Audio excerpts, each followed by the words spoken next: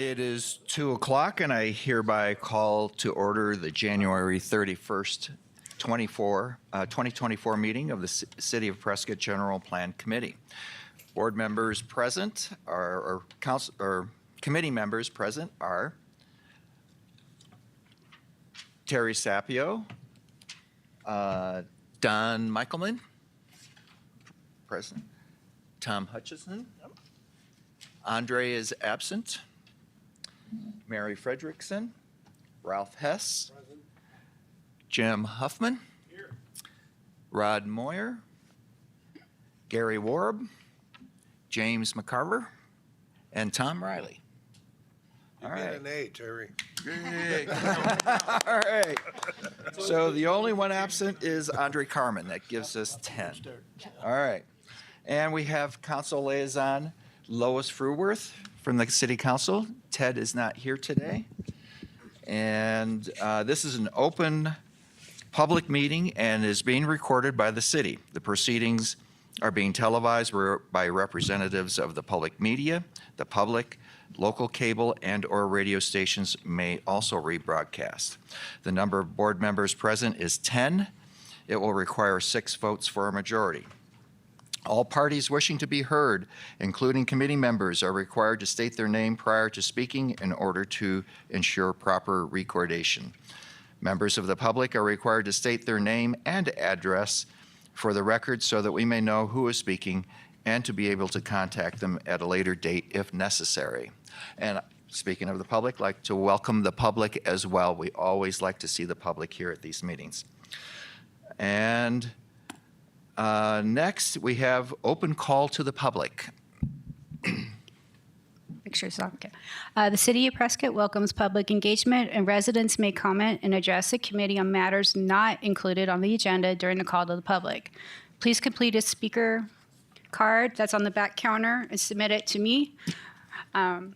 Speakers are limited to 4 minutes, and the call to the public will be limited to 40 minutes. Hopefully not.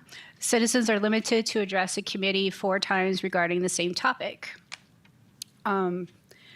Members of the committee may not discuss items that are not specifically identified on the agenda, and therefore interaction will be limited to the following: responding to criticism, requests the staff to investigate and report on the matter, or 3, request that the matter be scheduled on a future agenda. We do have some speakers. Greg Murray. Stand anywhere is okay. Okay. My name is Greg Murray. I reside at 5164 Porter Creek Drive. I'd like to thank you for providing members of the public with an opportunity to share our concerns and recommendations. I'm a Prescott resident, of course, and I represent the Quad Cities Climate Collaborative, which was responsible for the Protect campaign that encouraged City Council to commission the Quad Cities Climate Profile report. That was received back in February.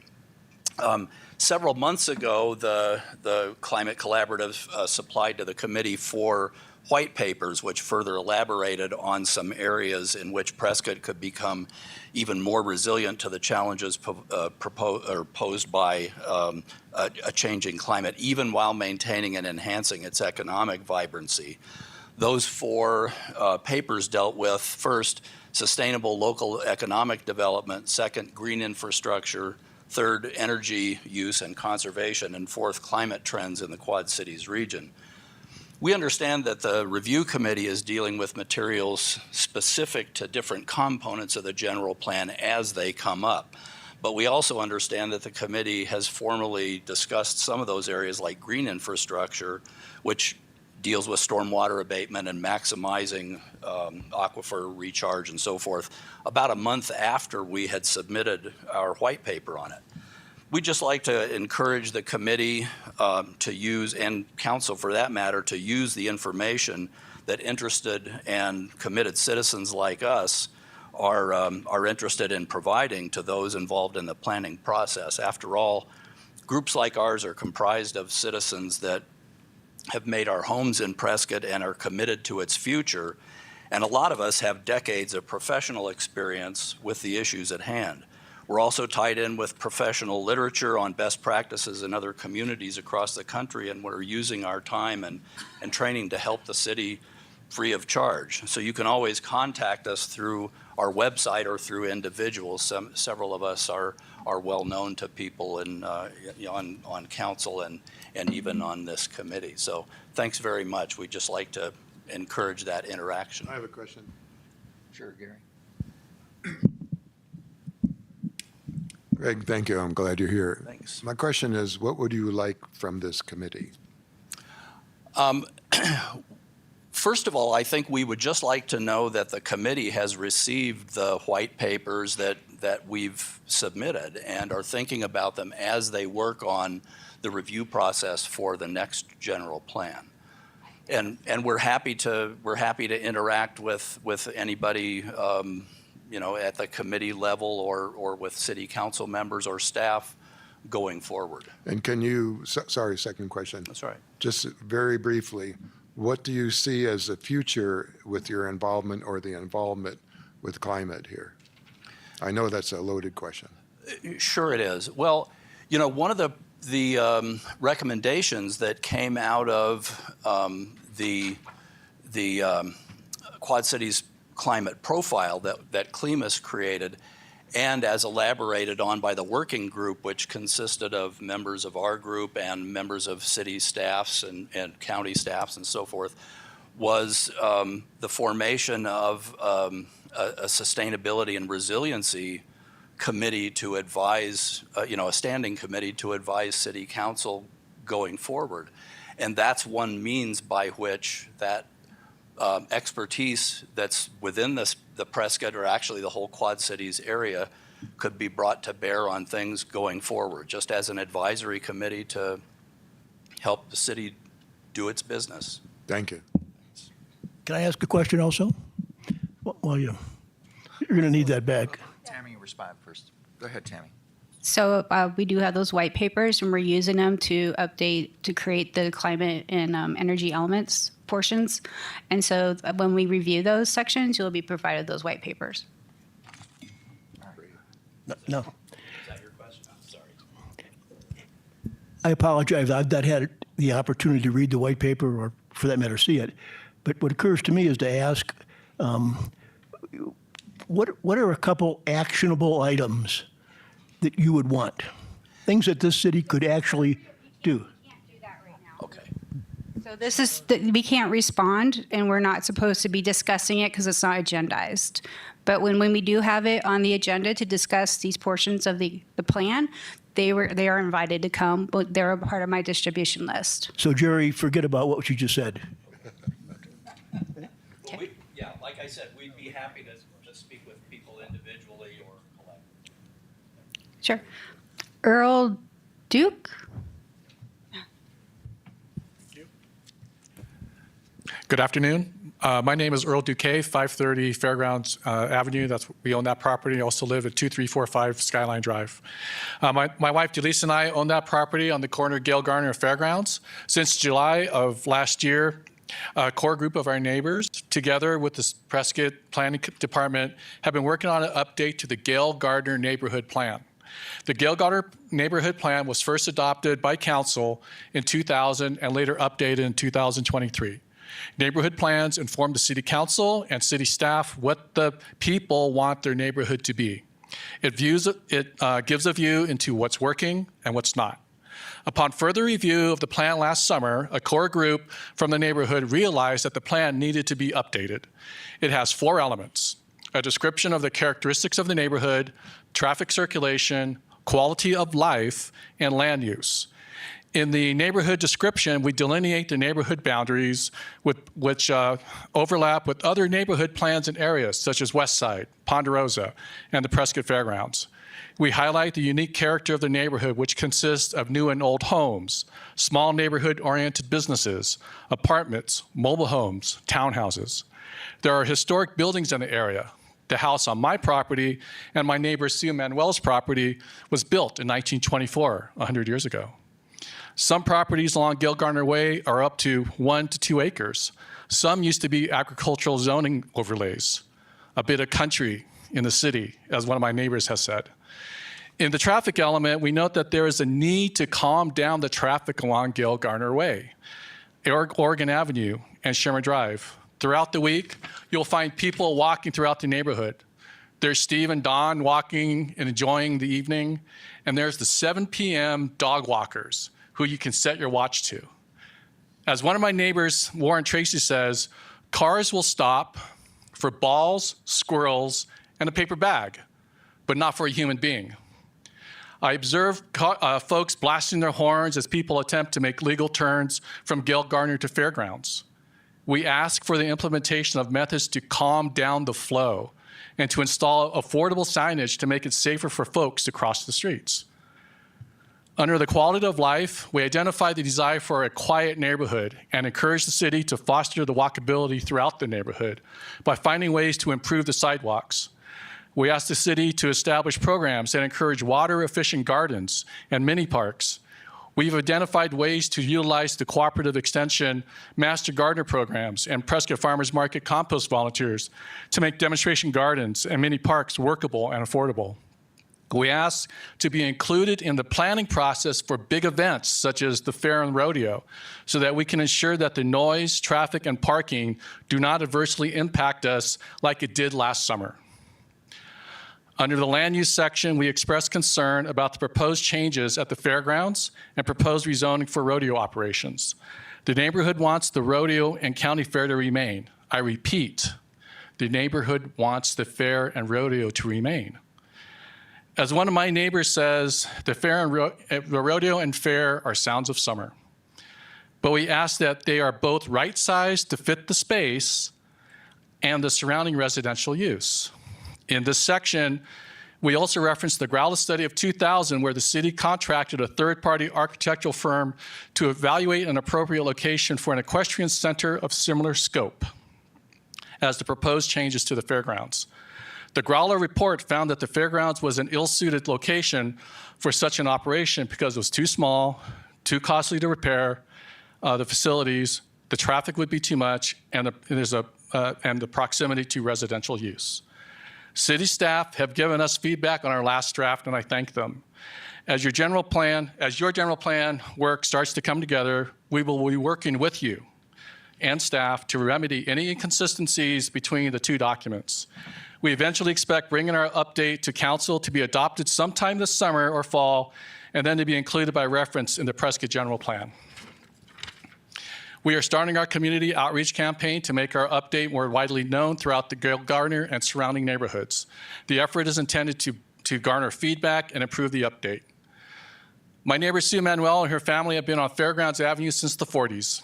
There are currently 3 generations living on their parcels. When asked what she thinks about their neighborhood, she simply states, "This is family."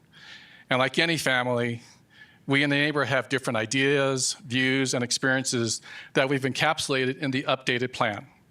We look forward to completing the plan, working with you all to incorporate it by reference within the Prescott General Plan. Thank you. Julie Pinzola.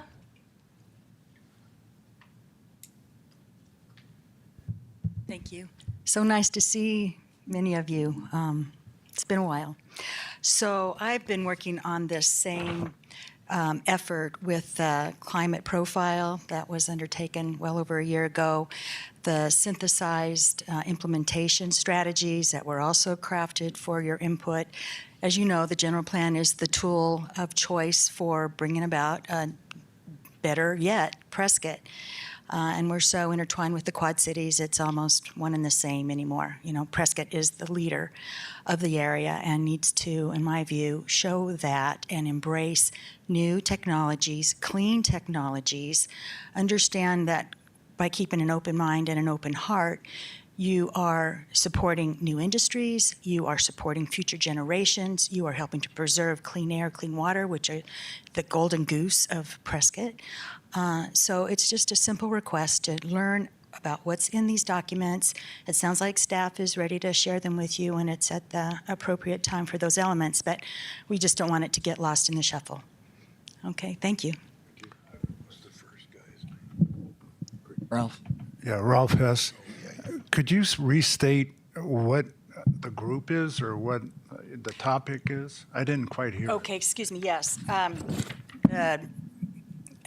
Quad Cities Climate Council, and also NASDAQ, listen to me. Got stocks on the mind. NASCA, which is the Northern Arizona Climate Action Group. There's the Interfaith Climate Action Team. There's a number of groups that have embraced the need for new technologies, clean technologies, supplementing, our friend oil and gas, and have a diversified portfolio. That group, with the help of City Council, brought about the climate profile for the Quad Cities, and out of that came the recommended options for strategies, and then from those came the white papers that Greg just spoke of. So there's good documentation for the how and the why we're here, and then further implementation ideas for how to help kind of counter the trends that we're all seeing and suffering. Thank you. Terry? Rod?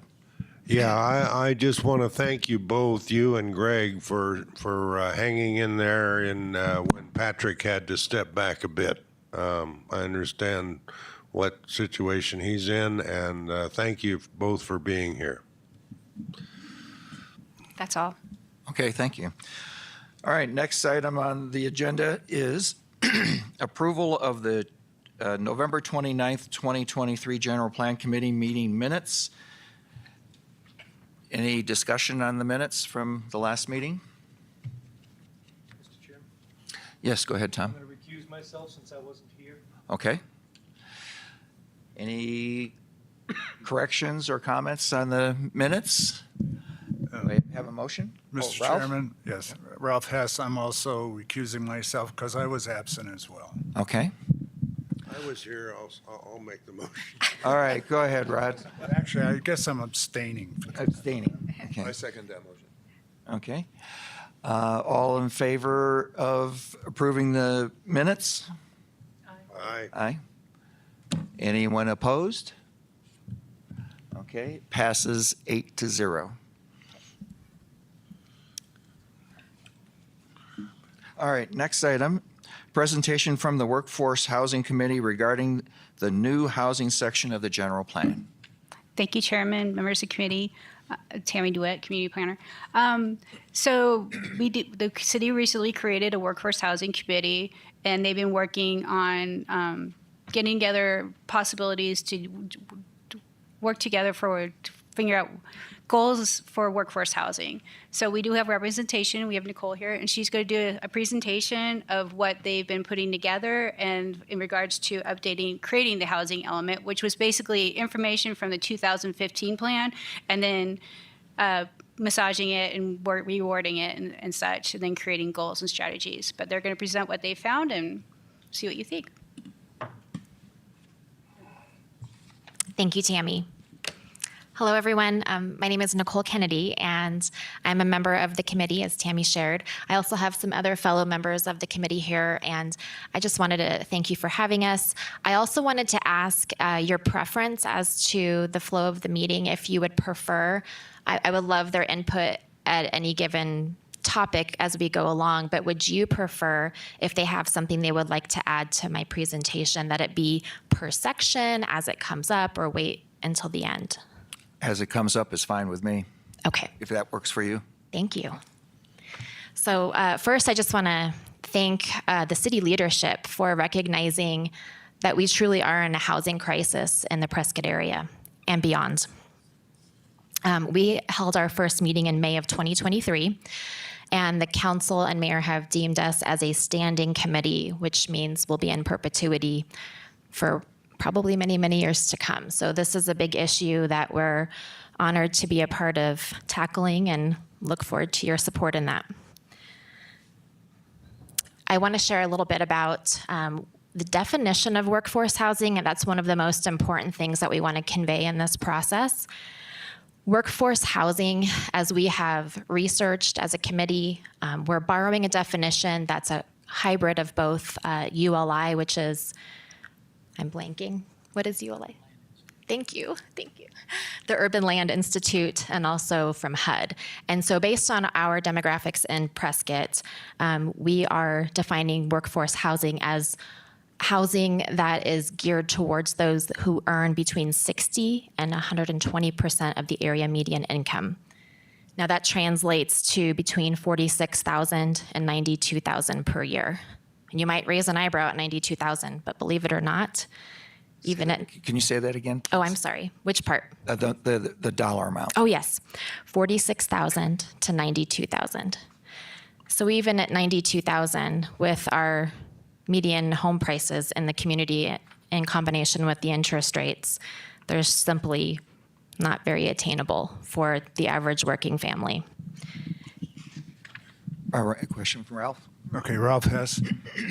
Yeah, but the numbers that you've just cited, the 60 to 120% Yes. plus the income, I don't remember seeing that in the document we had. Did I just overlook it? Or is it going to be added to this document? That's a great question. Amber, okay.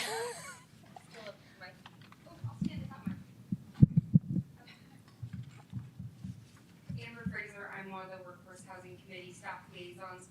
So our definition at this point hasn't been fully approved by council. We did a joint workforce council meeting on the 17th of this month where we received some guidance from them. And we plan to bring the definition for official approval from council at a future date. But that is likely to vary, especially the numbers of the average incomes as time goes on. That may not be the official numbers 10 years from now, the 46,000 or the 92,000. But we're hoping that council will give us approval for the initial 60,000 or 60% to 120% at a future council meeting. So it's not fully set in stone council-wise, which would be why it's not in there. Question? Does that make sense? Go ahead, Gary. Amber, what is the starting salary for a new teacher in Prescott? I don't I have that. I just You- need to okay. pull it up. Or the starting salary for police or fire? I mean, you're talking about 46,000. I know that's not a lot of money anymore, but I don't So know it's- what teachers make when they start out. So for police and fire, it's about 50 to 52,000, I believe. So still closer to that lower range. Okay. I do know when we looked at these numbers, it includes teachers all the way up to many years tenured are still falling into this bracket, as well as firefighters. We really were careful about looking at, the demographics of our community and what people are actually making when we came up with these, with this definition that we proposed. Okay. Thanks, Amber. And one more question. Are there plans to, since this is a 10-year general plan, are there plans to adjust this over that 10-year period for inflation? The percentage? Yes, or not the percentage, but the dollar amounts? Well, I imagine that it's a kind of a moving target, that if the definition is 60 to 120%, that's going to change every year, right? So the inherent salaries will also adjust. Is that what you're asking? Yes. Yes. So I don't think we would use salary. I'm guessing more so the percentage. Percentage? Okay. Ralph? Yeah, Ralph Hess again. My question goes again back to what we've been provided to read. So we already know that the definition, which has not yet been approved by council, is apparently going to be added to the element that we will eventually be considering to put into the general plan. How much of what we've received and I've reviewed is going to be supplemented by further decisions of the council? And will we be looking at that at some time prior to considering the entire general plan that we're going to be submitting or recommending or not recommending to council? So when we did meet with council recently, the feedback was very positive. They had a few questions specifically around ADUs that were addressed. But to my knowledge, I don't know that there have been requests. Well, so this is just an introduction to what they're putting together, like every other department in the city has given a presentation. So this is a presentation from this group of what their concerns and what's going on in the city for this. And then this was a draft, like everything in our plan is right now is a draft. But when we get further along and where this is going in the plan, you'll be reviewing it again with any updated information at that time. And then as we do our 60-day comment period, then we'll get public comment, and then as it goes through P&Z and council, so it's going to be a draft until it's adopted by council. I'm wondering, looking backwards, I guess, of that salary range that you explained, how much of that should go to housing? So the recommended percentage per HUD to have an affordable housing payment, including utilities, is 30% of your income. That's the recommended target. 30%. Yes, sir.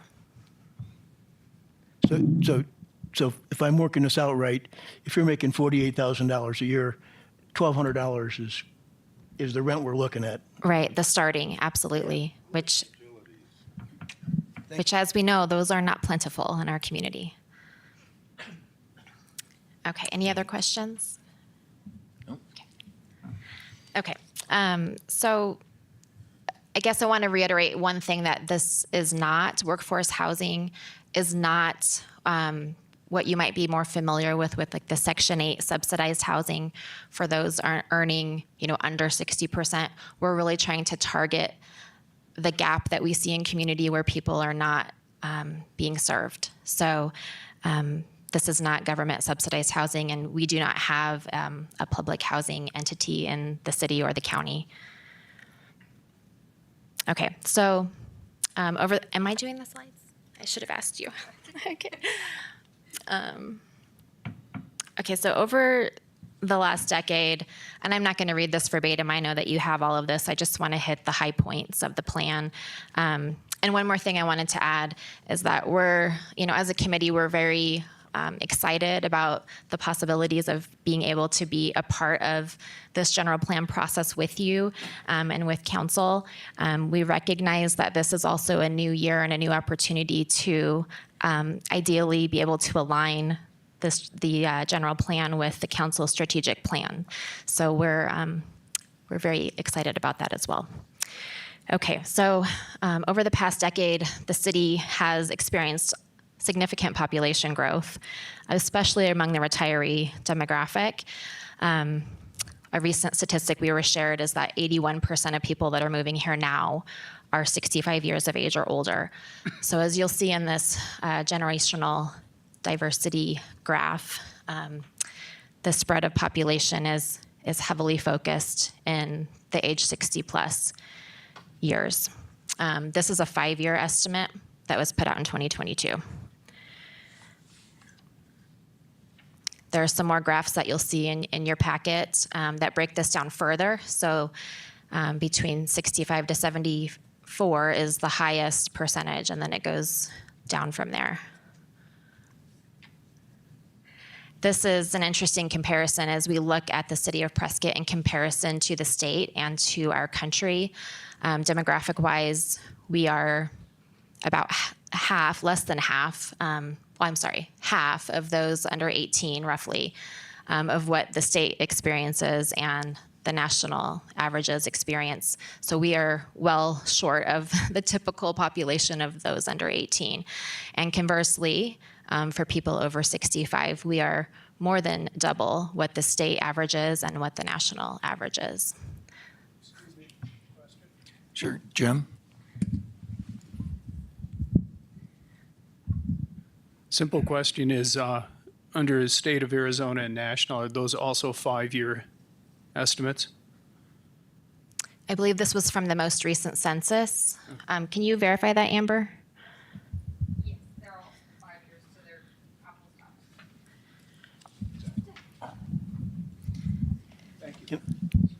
apples. Quick question. Have you considered the needs and wants of each of those demographics? They all can't be the same. Well, I think this committee is very early on trying to determine solutions to present to council for their approval to start addressing the disparate population we have, to be able to attract and retain more people in the workforce, to provide services, to reduce employee turnover, those sorts of things that help the community as a whole, no matter how old you are. Does that answer your question? Kind of. But we'll circle back. This will come up again. So. Okay. Okay, so we've got a lot of great infographics thanks to the city team. So I did want to share one more statistic that's in the generational and lifestyle diversity category, and that is that the median age in Prescott is now 60.5. The median age in Arizona is 38.8. You probably know that we have closed some of our elementary schools over the last decade, which is very unfortunate. 2 of them in particular have closed permanently because of our population base. Okay. Moving on to the next section, the working age individuals. Does yours follow the same format? Working age individuals make up 47%? Okay. So another contributing factor to our declining age diversity has been a growing lack of low to moderate income housing options available in the community. Don't let that scare you. We're not trying to do low income housing. It's just part of the information we're presenting in the plan. These concerns are noted in the 1990, 1997, and 2003 general plans. I think that's very significant to illustrate that this has been a very long-term issue that has just become exacerbated by the current market conditions.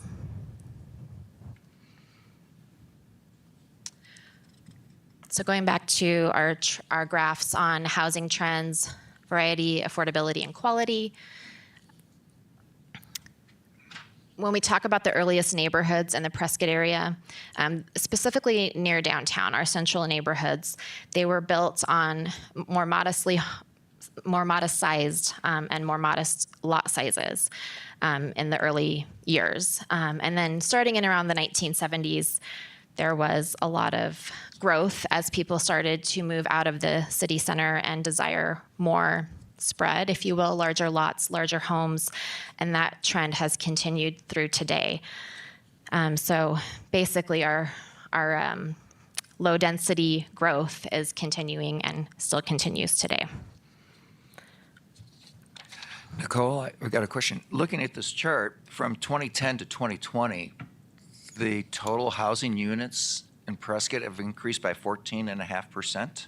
Is that correct? Yes, from 2010 to 2020, yes. Statewide and national were 8.3 and 6.7%. So in other words, the number of houses being built in Prescott is greatly higher than state and national averages, right? That is true. We were more commensurate with the state during the economic boom from 2000 to 2010. As you'll see, it's almost identical. And we've continued to be a leader in the state and in the country since then. As a follow-on to Terry's question, does that mean we're building the wrong houses? I would say, in my opinion, yes, we need more diversity of houses. Not to say it's wrong, but to say that we're not building a balanced inventory of houses to support the needs of the community. Don Michaelman, the houses being built are built to supply the demand. You have a demand in lower workforce housing, but you haven't got the ability to get them into ownership with it. I think, it's just that being one of those that has a bigger house and a bigger lot, that was the demand at the time. Sure. So.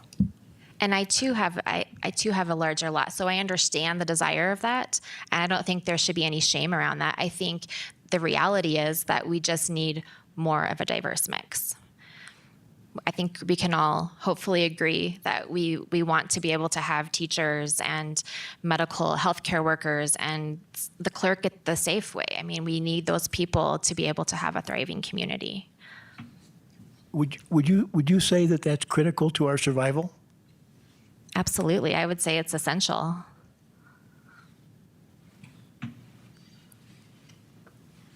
Okay, so going on from that graph,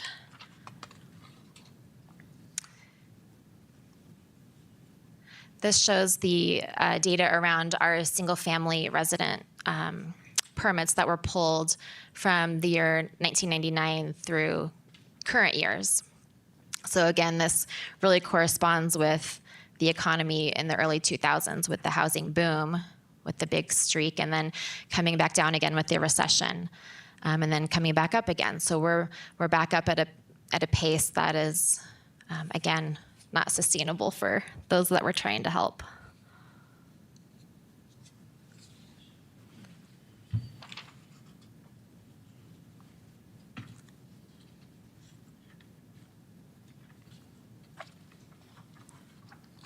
One of the sections I wanted to point out in this, it's on the bottom of Figure 9, is compared to single-family residential construction, there was very limited multifamily residential development from 2000 to 2014 in Prescott.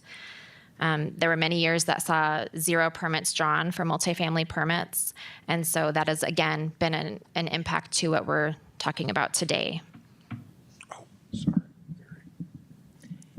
Hey there, Mary Fredrickson. I'm sorry to interrupt, but just looking at this chart, as far as the clustered homes are concerned, are they incorporated within these numbers for a single-family residence, even though they're not on the standard single home on a single lot? Like a patio home?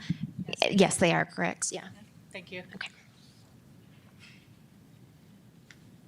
So all to say, you know, in summary of the multifamily situation is our demand for multifamily housing has significantly outweighed the limited supply.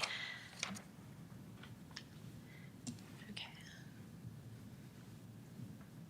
This is another chart to illustrate in a different way to compare the multifamily permits in comparison to single-family resident permits, and you can see the total number of permits versus the number of multifamily there in comparison for the difference.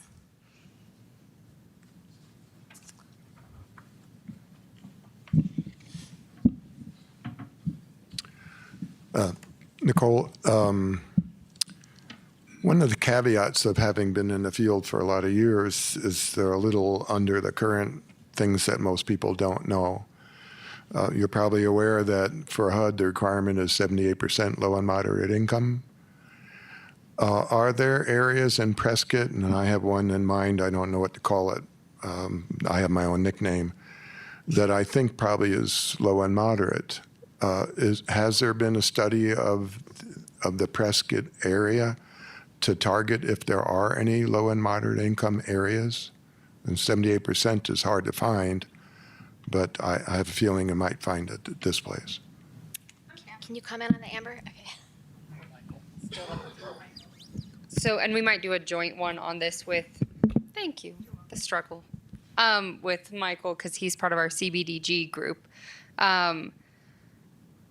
We do have the Dexter neighborhood, which would be generally considered in our area lower to moderate income. That we do have some changes in there that are going in. People are putting in, like, I'm sorry, I'm trying to think, air apartments and things like that. But we do have, and again, Michael can speak to that more, but we do actually have, we're working on putting in an application for a grant to do a citywide housing plan assessment, which will let us know exactly every area that will hopefully be able to determine where we can grow, what areas we can kind of look at for revitalization, as well as where could be better workforce housing. So we're hoping that that assessment will give us a lot more data in the future of taking this and implementing things to address workforce housing. Yeah, I plan on coming to your next meeting. I guess it's on the 7th at 10. Yes. And share some of the things that I can't share here because divulges foundation names, which I don't do publicly. But one of the failings of Prescott is a full-time permanent grant proposal writer. I have expressed that before. I'm expressing it again. It's the weakness in Prescott. After 44 years of writing grant proposals, it's a huge failing here. I keep seeing monies just drift away to other communities when they should be coming here. And we can definitely talk about that the next one. We do have some absolutely fantastic grant writers that help in different departments. But you're right, as a whole, as the city, we don't have a specific grant writer. But we try to, as individual departments, get grants where we can.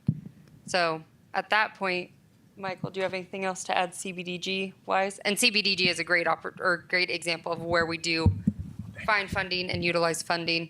But you're right, we do have a lot of growth in that area we can do as well. Jim Huffman, question. Your workforce housing, there's a $200K grant that they may get. Is that correct? And Correct. Is that going to be able to weave into this in time? I mean, I don't know what the timing of that grant. So the grant, if we get the full amount, which would be 200,000. So they said that depending on the amount of applications, entities may not get the full amount. But if we get the full amount, we do have to utilize it by June of 2026. So it is a shorter time period, and we hope and plan to utilize it to have an assessment. And if we receive the funding, it's actually not a choice. We will have an assessment and a housing plan and an implementation plan that we will have to take to council by the end of that time. So we're looking at a 2-year time frame, which is pretty quick turnaround. I have a quick question, Tom Riley. When we don't have one person that writes grants or one department that writes grants, but it's my understanding that the city has each of its own departments. There are grant writers within those departments that address those specific department needs. Is that correct? Correct. Most departments have someone we have grant writers or someone who is designated as the grant finder and writer as well. Okay, I just wanted to make that clear. Thank you.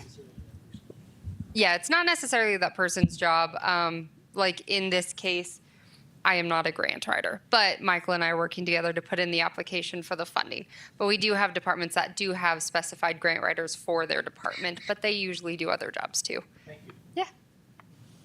Rod? Yeah, Rod Moyer. I imagine you all have, on the committee, have heard that the general plan is not a very enforceable document. And that doesn't mean that I don't believe this belongs in the general plan. I absolutely do. It's a mechanism for getting our citizens behind the need for this.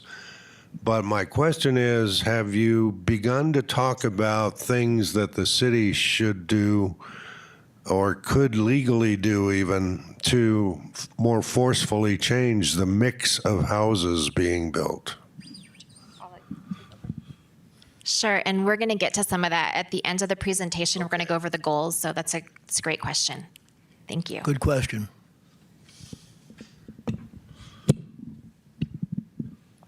Okay.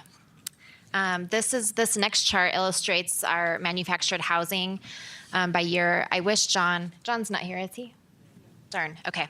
I was hoping I could have him speak a little bit to the change in the industry for manufactured housing, because probably, like many of you, I had thoughts in the past that manufactured housing is terrible and ugly and awful. Sorry for my words, but but it has come a long way. And so it is definitely a tool that should be considered now for workforce housing, because it can produce a quality product for a lower price point, and that's really what we're trying to achieve here. Mr. Chairman, Tom Riley, as an architect, I can tell you that I've been in the construction industry for almost half a century, and which is why, Gary, I'm not the new guy. And I can tell you that manufactured housing has become a very, very elegant solution to a lot of housing situations. They have won national awards, not just for manufactured houses among manufactured houses, but houses in general, architectural rewards. Anybody out there who wants to do that, they should Google something. Google box, just box housing. Google that stuff and take a look at what it is, because some of that stuff is absolutely stunningly beautiful. And it's not the little house, it's not the Airstream on wheels anymore. Those are real gone. So I think that you need to take a look, and I'm glad that manufactured housing is being discussed as being part of the solution. Thank you, Tom. That's I have a great. question for Tom. Tom, in your experience, does the cost drive the price? And should it be the opposite way around? Should we determine the price and figure out what it takes to make it cost? Unless you want to start addressing the construction industry in great detail as to supply, demand, labor, materials, and all those different things, which I don't think city government wants to get anywhere near. I think that the thing that you need to take a look at is the price points that are coming out from the manufactured housing industry. The manufacturers are the ones that are determining what those costs and what those prices are, as well they should. Well, personally, I disagree with that. I'll leave it at that. I think the price point should drive the cost that you can put into it. Okay. I don't even know how to respond to that. A question for Tom from me, Jim Huffman. What sort of price range are you familiar with for those? And I'm trying to compare that with the 30%, figure for the incomes we were hearing for. More than happy to do that. Good. As you might suspect, I have some research on that issue. The cost of a modular manufactured home generally, you can spend as much as you want. I used to tell my clients you can always spend more. But generally, the manufacturers are around $40 to $50 a square foot versus $350 a square foot for a site-built house these days. So sometimes the modulars and the manufacture the modular houses, which are usually the difference between a manufactured home is built in a factory. A modular house is portions of it, pieces of it are built in a factory, and then that's transported to the site and then constructed and assembled on the site. Modular homes can cost as much as $80 to $160 per square foot. And that's a third of what you're spending on brand new stick-built, site-built housing. And I would dare some of you to tell me the difference between some of the manufactured and modular housing that's coming online and a stick-built home. Does that answer your question, Jim? Yes, it does. Thank you. So one more, I won't leave this alone. What does a $1,100 or $1,200 a month house look like? Well, certainly there's a variety of things, but higher density, We don't have any in Prescott, right? We do, yes, we do. And we're going to show you some of the neighborhoods that exist that some of us forget we drive right by them every day. So we'll get to that here shortly. But yeah, there's a variety of things. Not to say that it's easy. That's why we're here coming together to put our heads together for solutions. Yeah. I heard you tell me that this is a crisis that we have to address if we want to be sustainable, if we want to keep the city vibrant.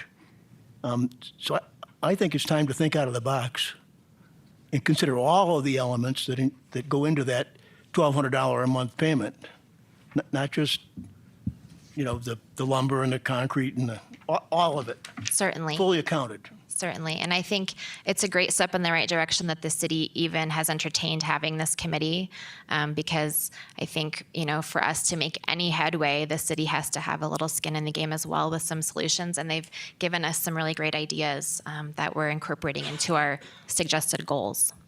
Mary? Nicole, Mary Fredrickson. And I don't know if you'll have the answer, or maybe Tammy will, but looking at this chart that you have up on the screen right now, the bump up in 2023 for permits for manufactured homes, and I don't know anything about the industry, so this may be an ignorant question, but tell me, are those permits generally from a manufacturer who is creating a community of manufactured homes, or are these individual people who are arranging to have built an individual manufactured home? Yeah, individuals. And one of the projects that you might be familiar with is the recent school project over by Taylor Hicks. there were several units there that would fall into that number, right? And I'm sorry, are there developers around who are looking to produce communities of manufactured homes as opposed to stick-built homes? Well, we have a committee member who actually has a manufactured home company. We have a developer in the audience. Does anybody else want to answer that? I don't know.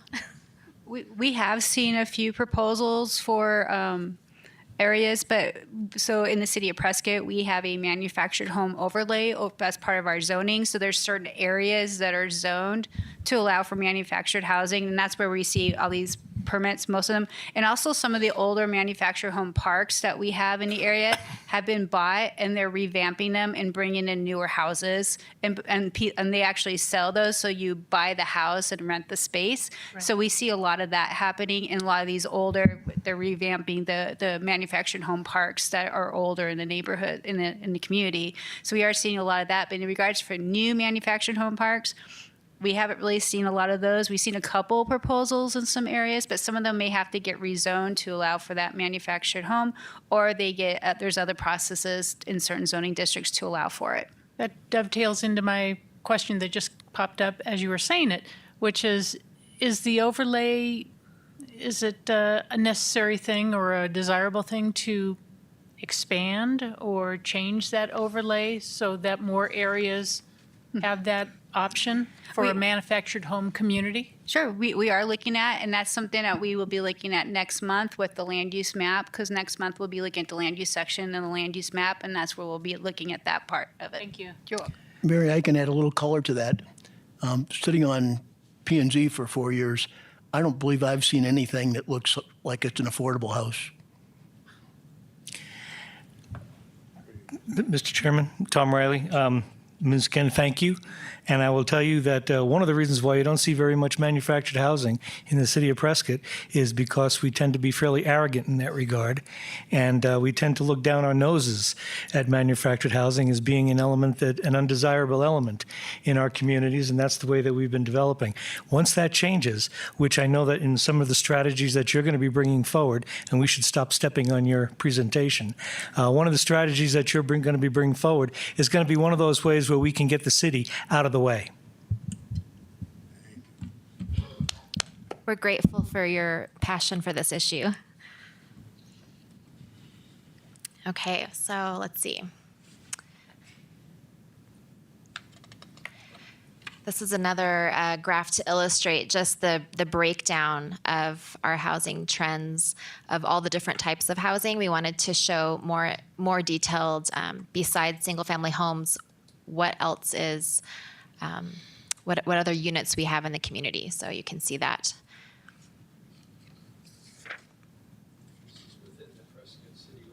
Yes.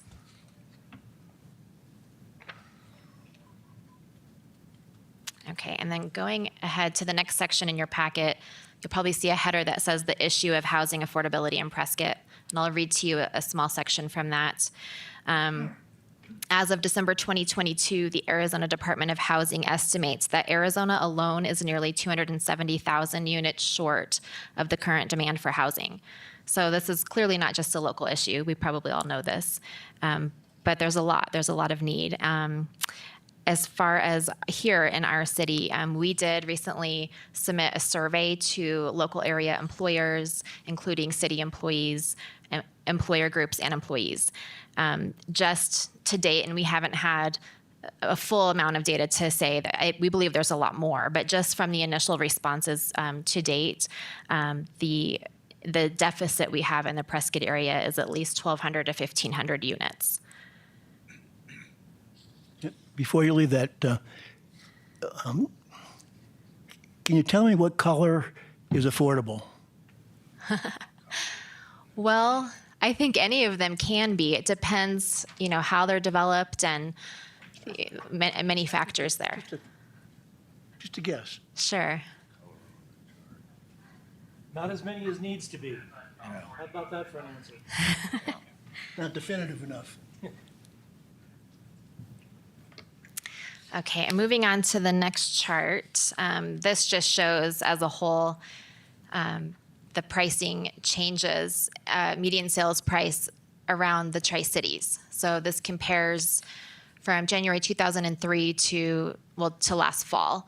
How the median sales price has changed, but also compares it against Prescott Valley and Chino Valley. And the reason for illustrating this is, historically, I think many people have said that Chino Valley and Prescott Valley are really great bedroom communities to house some of these folks that are needing more affordable housing, but that is really quickly not becoming a solution, as you can see. I just personally did a comparison of rents recently, the median rent for Prescott Valley versus Prescott, and in some of the categories, Prescott Valley rents are higher than Prescott. I'll read you a section from below that chart in your packet. So homeowners and renters in Prescott are spending a greater portion of their income on housing compared to the state average. It's, I think, fairly well known now that we live in a desirable place, and that comes with some unique challenges. Going on to the next section, the issue of housing affordability. Oh, sorry, I already read that one. Okay.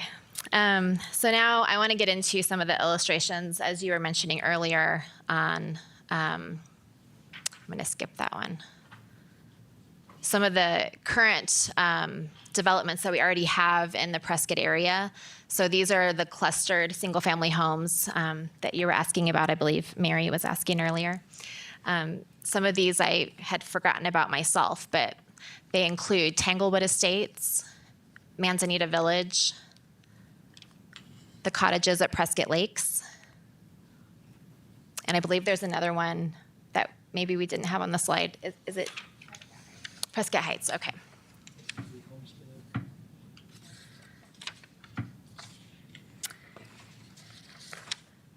Manzanita Village is another one. So the point of that is to illustrate that they're really, when they're thoughtfully designed, manufactured in such a way that there is, I guess, respect for the design and also for the care and maintenance of the property, that they really can be an asset to the community and not a hindrance by any stretch. So going on to the next section on zoning. Generally speaking, zoning is used to separate, I know I'm speaking to the choir, I'm sure, but different areas of community by things such as commercial or industrial or residential. The reality is we do not have a lot of zoning right now for higher density. That's just been the way that our community has developed, and certainly something that needs to be considered as we move forward on some solutions is how we can incorporate some higher density developments to create a more attainable home. So what would be your Around these recommendation? microphones, we need more damn microphones. Sorry. Were you done? Kind of a vague question, but particularly in the north section of town, is there more opportunity for a more, can I call it, self-contained sort of neighborhood of housing, shopping, restaurants, all that, where you start to bring together the elements that cause people to go moving around? And okay, that's my question. Sure. And we'll look at this more with the zoning next month.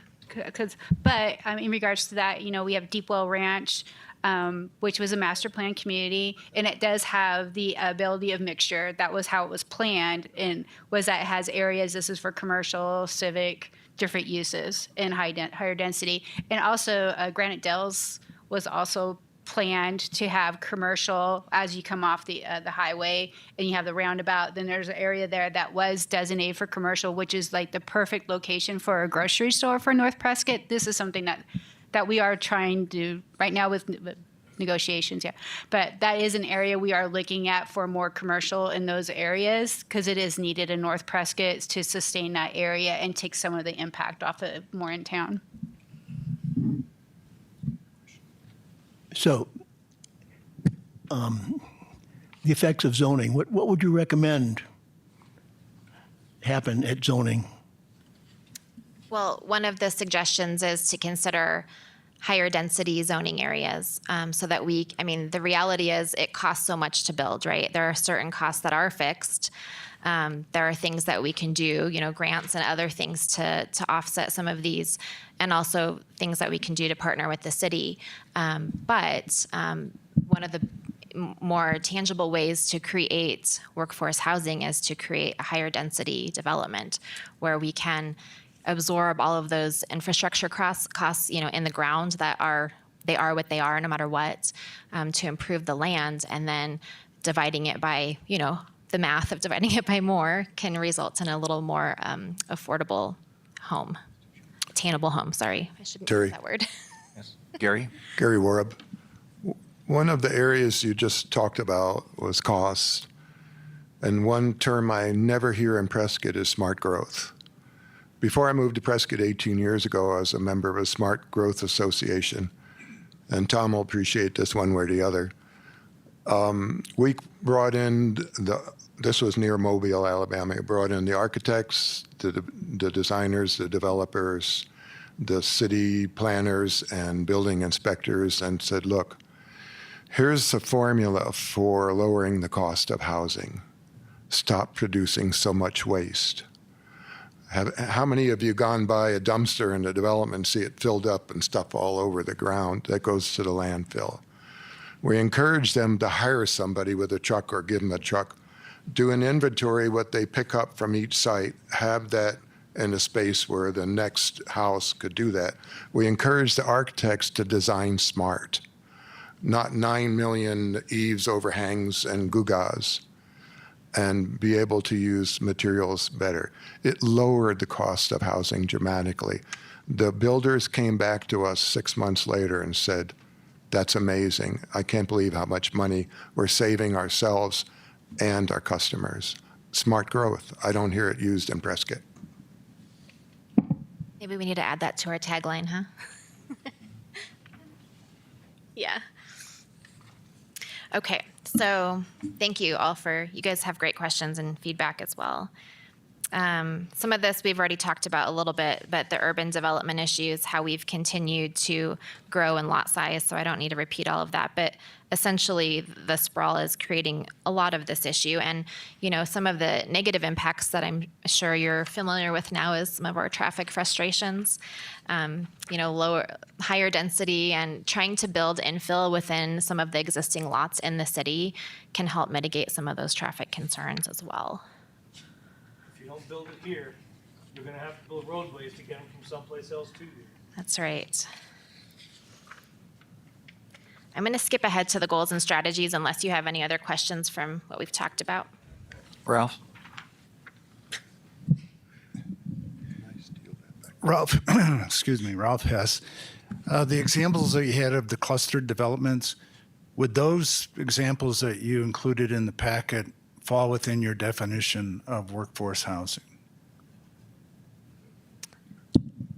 They could. I mean, we'd have to look at each individual price, and yeah, it would depend. I didn't get your question. If it's okay, I can address that, Ralph. No, not necessarily. By and large, the clustered housing is shown as an example of what might exist, and they could be made to do that. But I will tell you that unless you start incorporating things like modular, manufactured, things like that, the cost of construction ain't going down.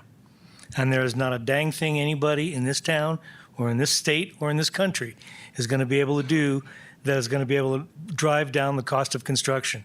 It just ain't going down. There's got to be other solutions.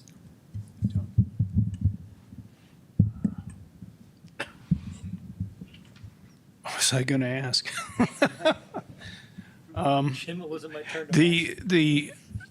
We were talking about infill, okay? And I'm trying to get an idea how much that can impact the shortage of housing. You gave a certain number. Is it 10%? Is it 30? It's a great question. I don't know if we've calculated that just yet. What we do know is we need a myriad of solutions, whether we're reducing Right. the cost of construction in some way, to how we develop. And so we're going to get into some of that right now. But Okay. welcome. Yeah. And you'll address like the accessory dwelling unit and where that can be zoned if it isn't already? I mean, Yes. like HOAs are not going to let it happen probably. Right. They're really not an option for ADUs in general. Yep. Well, I mean, a lot of HOAs don't allow that, I should say. Right. Oh, okay. Okay, get rid of the HOAs. So in the city of Prescott, an ADU is just considered an accessory building, but so they are allowed in any zoning district, any residential zoning district, if the HOA is another thing, but we just permit them as accessory dwelling, but with building permits because they're livable. But they are allowed. The problem we're seeing is that a lot of them are being built for short-term rentals. That's your biggest hurdle, is the short-term rental issue. So I'll just skip to that goal since we're talking about it and we're already into the goals section. One of our goals is around the ADU language. Currently, the code allows, oh, thank you. Currently, the code allows this, but we have state legislation that really does not allow us to do a lot with with short-term rentals. It really kind of holds our hands, and so people are leaning toward that because they can make a decent cash flow. But our recommendation is to change the city code so that we can allow ADUs for the purpose of long-term rentals and increasing the housing supply for that. And knowing that those are smaller footprints, those can be deemed, potentially more attainable for the workforce. The very first goal we have on here kind of goes to your point on grant writing, and we know that all of this work is going to require a great deal of research and time invested beyond what the committee and city staff are already involved in and already have their hands full with. So our recommendation is to pursue a full-time workforce housing position to address these tasks. And as you know, we've submitted a grant request to help support that. So fingers crossed that goes through.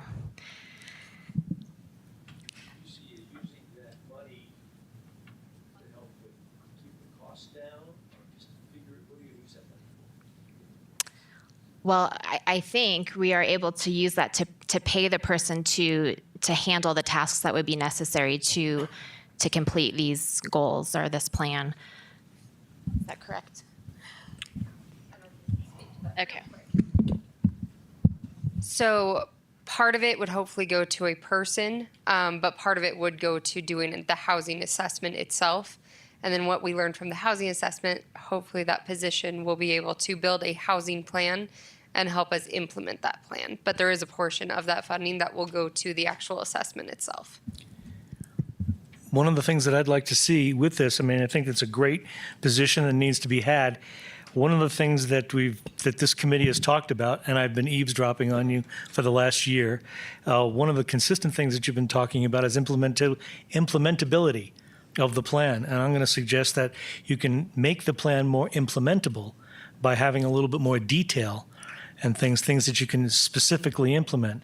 To that end, I would recommend that there be a job description that'd be associated with this, so that if you have a job description of what this person's going to do, it becomes clear not just to the committee, not just to the council or the commissions, but it also gives us a tool when we go out into the community to try to sell the general plan.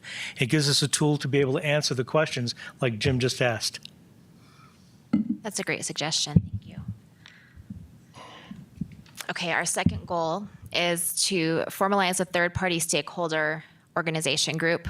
We know that we need to get the input of a variety of different stakeholders and community. We already have had some really great participation from some of our community leaders and employers that have attended many of our meetings. I don't want to name names because I will forget somebody, but we've had a great show of support regularly at our meetings, which I think speaks to the urgent need that we have to address this.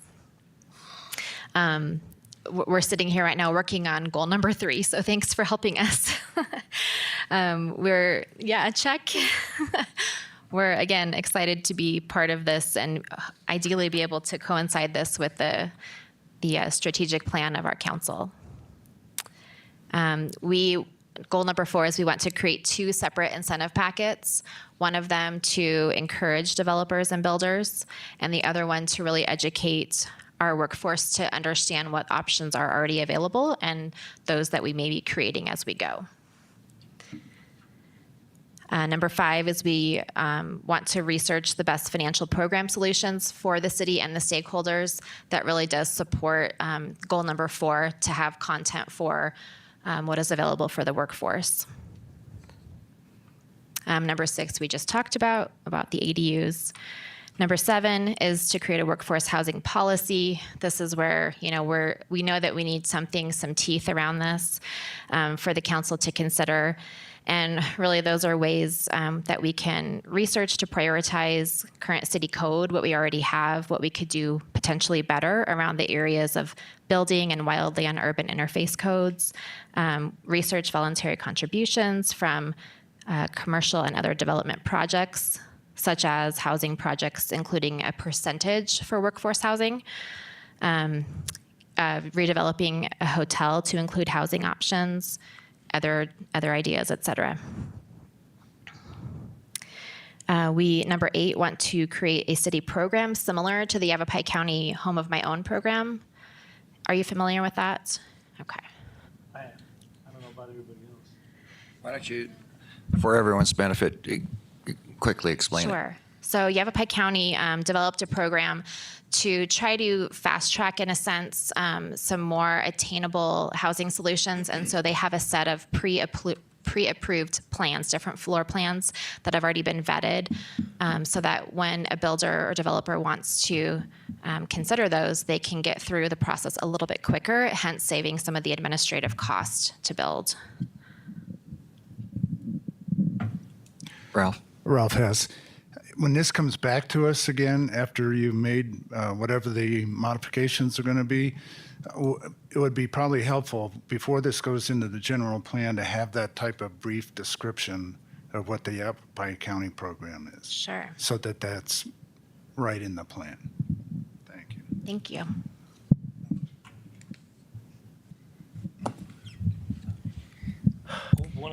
Along with that, and I think Ralph is right on. Creating the workforce housing policy and how it affects, in particular, zoning, building codes. I mean, right now, if I came in with a 3D printing plan for the city of Prescott, they pretty much would be relying on an engineer someplace, and you can only get them in Phoenix nowadays, to be able to say, yes, this house will stand. And there's no codes that are in place for that right now, and they rely on structural engineers to do that, and we don't have enough structural engineers in town to be able to address that situation. But the point being, it's the same thing with like container houses. Everybody thinks, yeah, I don't want a bunch of steel container. Well, Google's container houses, and you'll see what the possibilities are. We need to use our imagination in that regard. But the codes that we have and the ability to be able to issue permits and review plans needs to be examined as well. And I'm wondering, as Ralph mentioned, having some of these details included into the goals is something that I think would be helpful. Again, not just for us, not just for the commission and for council to move this on, but in explaining this to the citizenry who's going to ultimately vote on this. So I think to have the more detail in there is really going to help us. You got to be able to change the codes. Sure. And frankly, I mean, I usually refer to it as the city getting out of the way. And, by and large, I think that there's not so much the city getting out of the way, but the city getting on board. Sure. And to speak a little bit to that, I think part of the reason for the broader picture goals is that we really are kind of in an infancy as a committee. We've only been meeting since May, and as you know, government moves very slow. So we're one step at a time. I think we've made some pretty good progress, really, defining our mission around this and really honing in. But I agree, we do need more detail, and I think time will help us flesh that out. Do you want to add to that? And for the sake of keeping it a little bit higher, these are summarized too in the strategic goals that we brought to council, but you guys have suggested some great things that we are taking notes to add in for job descriptions and different specific zoning things. But these goals, we do have different objectives and tactics that we plan on utilizing to implement them as well. This is more of a summarized version, so we can get you the full version as well. That includes our mission and vision and all of the different definitions. So this is just summarized. Same with like our community outreach plan. It's very brief on here. Community outreach, create a communications plan. We actually have one already. It's a communication plan, an outreach plan, fact sheet, a whole talking points. So this is just summarized, but we could definitely provide all of those detailed documents to you once they're approved officially by council. And I think that that's wonderful, and I certainly don't want to denigrate any of the work that you guys have been doing. And I'm not saying you didn't do enough. I'm saying that, there needs to be more done. You already know that.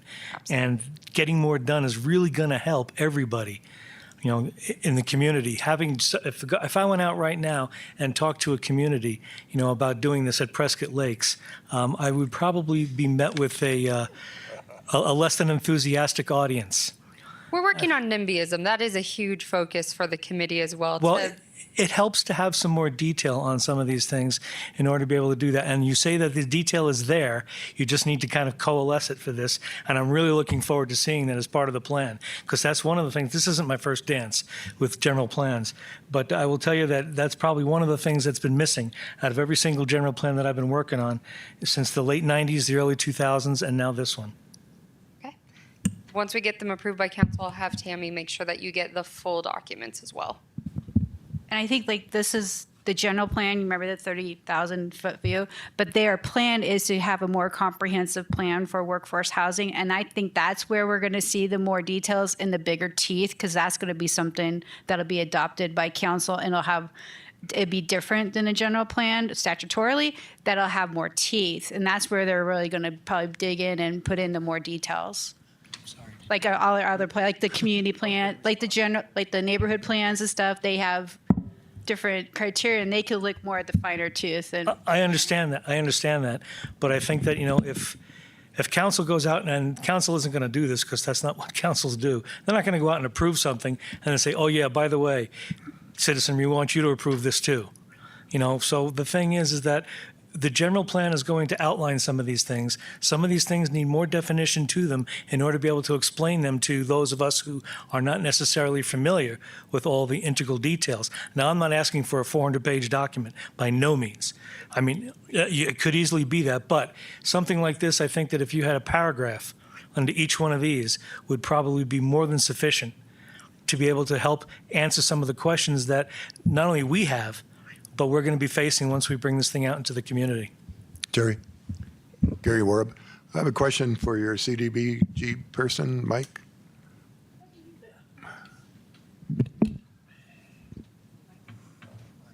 Yes. Thank you. Can you give us kind of a ballpark figure what we're looking at these days in CDBG funds, both receiving as a community and distributing to applicants? Right. Michael McInnes, I'm Community Development CDBG, and today is actually the last day of the application for our fiscal year 2024 funds. So a lot of projects are coming in. A lot of those focus more on the affordable living, low to moderate income individuals. And we usually see about $240,000 to $250,000 a year in grant funding from HUD that trickles down through the city that we disperse to applicants that apply for it. And so we're not talking 250,000 that could be targeted to affordable workforce housing. We're talking about what amount would you project in the future that could possibly go to workforce housing if they qualified. Yeah, and the thing, and it's kind of already been mentioned here, is that workforce and that affordable. I mean, they're starting to. The numbers are getting. Workforce housing has fallen into that affordable level. So to give like a specific number on it, like right now, it's hard. It's hard to say, but we can. The hope is that we can use some of this grant funding for this mission, to help out the community in affordable and in workforce. Well, I'll give you a caveat. Okay. For the group to look at, Nicole. La Raza Development Company started with nothing. They moved into Hispanic communities all over the country and have distributed over $3 billion towards workforce and affordable housing.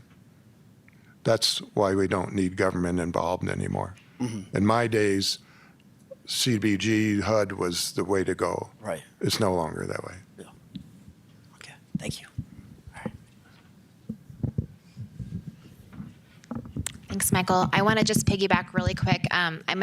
If I run out of time, and I might, to take more questions, can I ask Amber to step in for me to close this out? I'm gonna have Mike step Mike, okay. Can I? Okay.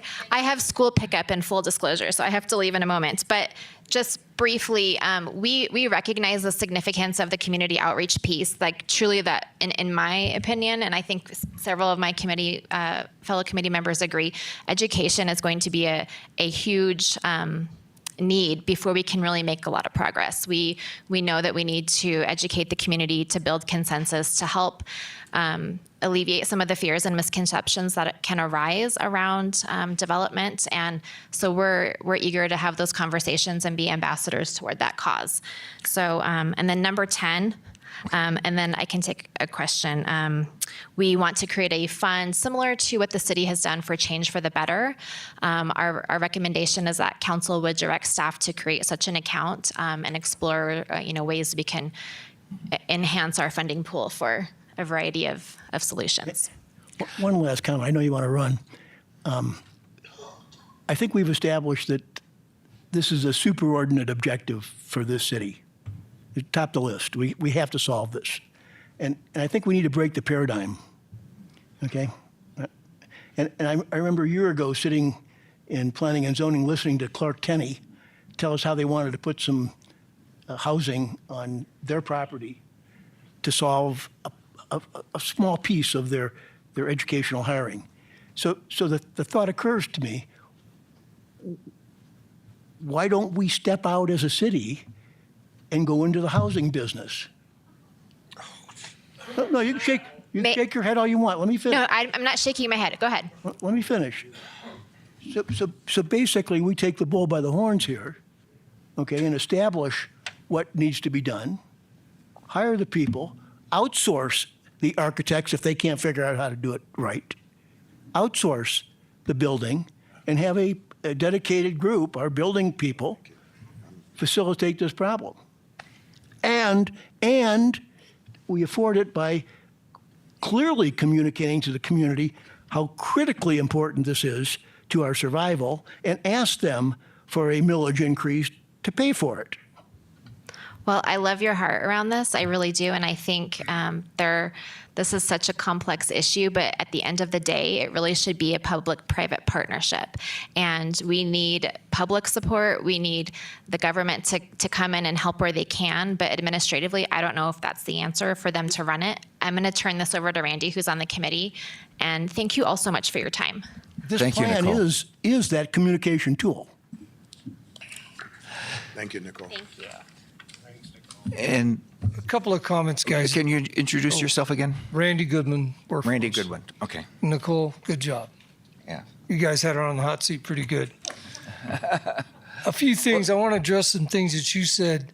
Is this critical to the community? And the answer is absolutely yes. And the reason it is because small business drives the American economy, drives the city's economy. If we don't have small business needs employees. Employees have to live somewhere. If we don't have it, who knows what's going to happen to our city and our economy. Well, we know what's going to happen if we don't do this. Well, there you go. Secondly, I'm going to ask you all the same thing I asked council, to refrain from the word affordable. We got to go out and sell this to our community. Affordable housing stirs up all kinds of emotion. Workforce housing is not affordable. If you look up the definition, they are clearly not the same thing. So we're really focused on just the discipline of referring to this as workforce, which many of you had here, and I appreciate that today. But it's very easy to slip and say affordable, and that upsets people. So we're really trying to struggle with that as we go out in the community and sell our community on this as a workforce committee. Thirdly, you talked about a government-run program. As a developer, I would really discourage that. What we're doing as a committee is we're inviting the experts to come talk to us, and I think we have one scheduled for our next meeting. Experts being people that develop workforce housing. That's what they do. They're going to come to us. They're going to present what they can provide for us. They're also going to ask us what we can do for them. And some of those things as a government we can do. Council can change zoning. Council can change density. Different things like that. There may be some ways to generate revenue so that the city can have some skin in the game with the developers. On the Taylor Hicks deal, we put up $500,000, the city, to get that developed. We did the underground work. And then the developer came in and did everything above ground. So these are the things that we're working on, but I spent 30 years in government. Get government involved in something at that level, I think, would be ill-advised. Yeah, I spent 42 years learning that I don't dump problems on my boss's desk without a solution. There you go. Okay? So don't ask me a lot of questions, guys. 'cause Not I a gotta go question. too. Don Michaelman. Having spent over 30 years being involved with Habitat, I am a great advocate of workforce housing. One of the things I would suggest is when we come up or you come up with plans on how to implement to get builders, developers, or individuals into workforce housing, that housing is set up that it stays workforce, that they can't come down 2 years later, sell it for a profit.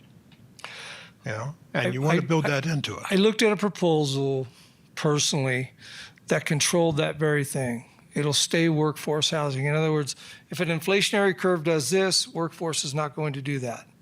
There will be increased in value for the homeowner. We'd like to get into homeowner ownership, by the way, because with homeowner ownership in workforce, there's pride in their neighborhood and there's pride in their property. So we likely will have a better outcome. But that curve will be controlled, yes, not by government. And I don't really want to go into the particulars, but not by government, so that the next person and the next person and the next person can come in and identify as workforce and buy into that area and not see this giant inflation. In other words, this isn't a one-off deal. The first guy is workforce and everybody else is just regular. No. Ted Gambogi. I'm sorry? Ted has a question. Oh, yeah. Stop saying affordable. I said in the last meeting, you can call it popcorn or peanuts, and everybody's going to know what it is. But I think I wanted to share something because I just came out of a strategic planning meeting, and I was talking about affordable housing. This is the linchpin to solving a lot of the city's problems. One of which is, as Tom Riley mentioned, it's traffic. If they live here, they don't have to drive in from Chino and Prescott Valley. But also, there's a lot of money to be saved. And at the city council meeting, I mentioned this. Amy Bonnie just spent $500,000 to train new policemen to replace the policemen that left. And they left because they can't afford to live here. I think, and Don mentioned this because we've been through this in Planning Commission, how many proposals have come before us to present workforce housing. So you can train an old dog.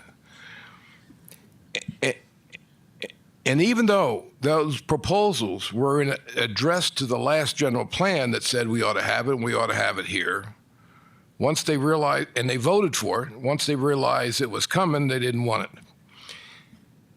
I think in terms of taking a page from an old salesman, this needs to be presented in a set of series. Tom wants to build the new version of Stalingrad, but I think you got dense housing to present. You've got manufactured housing to present, and you talked a little bit about, I think Jim talked about infill. I think the staging of those three elements is important to be able to sell it to residents, because workforce housing doesn't have to be $1,200 a month. It could be Amy saying on a city program, Mr. Policeman, we'll infill you in a nice home downtown, and we'll cover your down payment on the house. And if you stay here for 10 years, we'll wipe it out. That improves the situation of current housing in the city without creating Stalingrad. So I think staging of that is most important.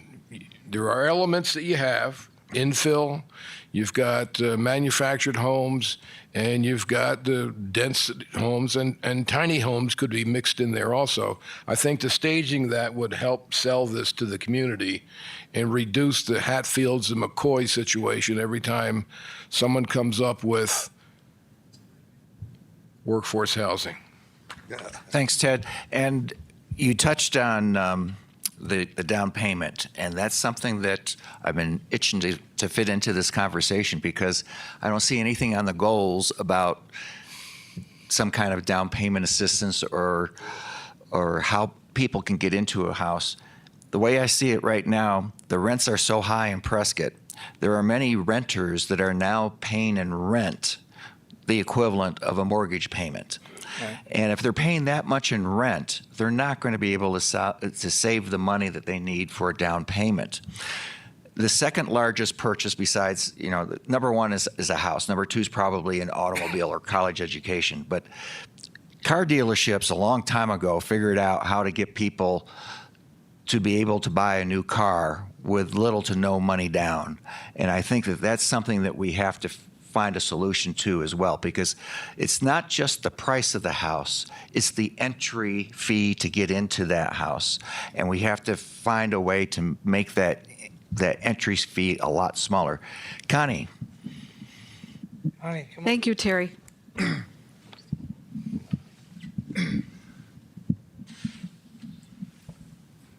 Connie can tell me, City Council. Well, I guess I'm Mayor Pro Tem now for a few minutes. Terry, I wanted to build on that because we have, just as everybody has alluded to, we've discussed all different kinds of things. And if we back up just a little bit in our needs portion, where we established the needs by inviting the stakeholders in, we had Chief Durr from the fire department, we had Amy Bonney from the police department. But the largest need, and also, by the way, Clark Tinney from education, but the largest need we had were our hospitals. If you're talking about 1,200 units needed today, here's the benefit of allowing the stakeholders to come in as a private entity. The city doesn't have the amount of money to be able to fund the projects type thing. The thing that we established is that as a private entity, as the hospital is, they have much more money than the city of Prescott does to be able to do this. How they incentivize, eventual home ownership is really up to them. We can provide, just as this man said, maybe a break on the water meter. I mean, there's some things we can do, zoning changes, that kind of thing. But the city of Prescott doesn't have the money or the stomach to become a landlord. So keeping in mind that doing a project style 1,200 unit is probably not going to fly here in Prescott. We're going to do a lot of marketing in terms of educating people about that term workforce housing. If you get away from the workforce housing and explain to people, these are all people that have real jobs. JOBs.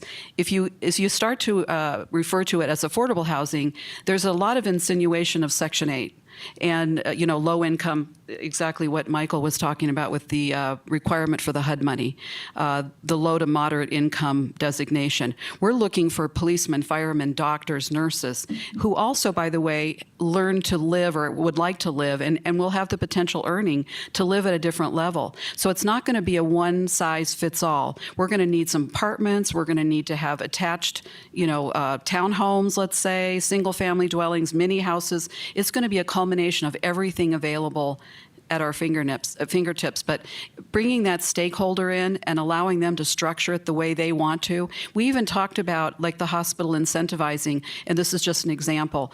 Maybe they buy a unit or build a unit, let's say. They have a young doctor that gets out of school, with $500,000 of medical bills. Maybe they can incentivize them. The going rate on the market would be maybe $2,300. The hospital can say, because they're a private entity, they can say, okay, we're going to rent this to you for a year. We're only going to charge you $1,200, but we want you to set aside $1,000 an account that will be your eventual down payment on a single-family home. They can do that. We, as a government entity, cross over the line in so many ways in incentivizing. First of all, we just don't have the money to do that. But they can do that if they structure it properly as a 501 or whatever. So we're hoping to bring those stakeholders together and explain to them about what it is for workforce housing. Tom was talking, coming out of the construction industry, what constitutes workforce housing? Well, it's probably going to be Formica, not granite. It's probably going to be laminate flooring, not hardwood flooring. You're not going to get a clay tile roof. You're going to get asphalt. So the building materials are going to play a big part in making the actual project affordable, not for affordable housing, but the actual single-family home or whatever it might be. It's going to happen in the building products. Then the other part of this is when you take money from the government, as we all know, there's always a string attached to it. The city in no way can provide what it takes for that string and attachment. There's going to have to be, again, the private part of it. They can do that. They can satisfy those strings. But as a city entity or municipality, we just can't do that. But incentivizing or bringing the stakeholders together is the role that we're going to be able to play. And also defining what's acceptable. And also the other thing, the city owns a ton of property. We've even talked to George about this. Maybe what we do is we set up a workforce housing builder. We save him at least 6 months of time trying to ferret out properties. Maybe within the city we can identify properties ahead of time and say, look, there's a plot of land down at the end of Alarcon that's suitable for 12 townhomes, and here you go. And then they can come in and go, oh, well, we've got townhouses that fit this affordable housing build. And that's the way we can help facilitate this stuff, is by laying it out for them and making it easy. Connie, have you Just so happens I have an idea for exactly. Well, good. Is it that part on Alarcon? Nope. Are you considering time bounding this? Yes, we'd like it to be yesterday, and this man in particular would like it to be yesterday.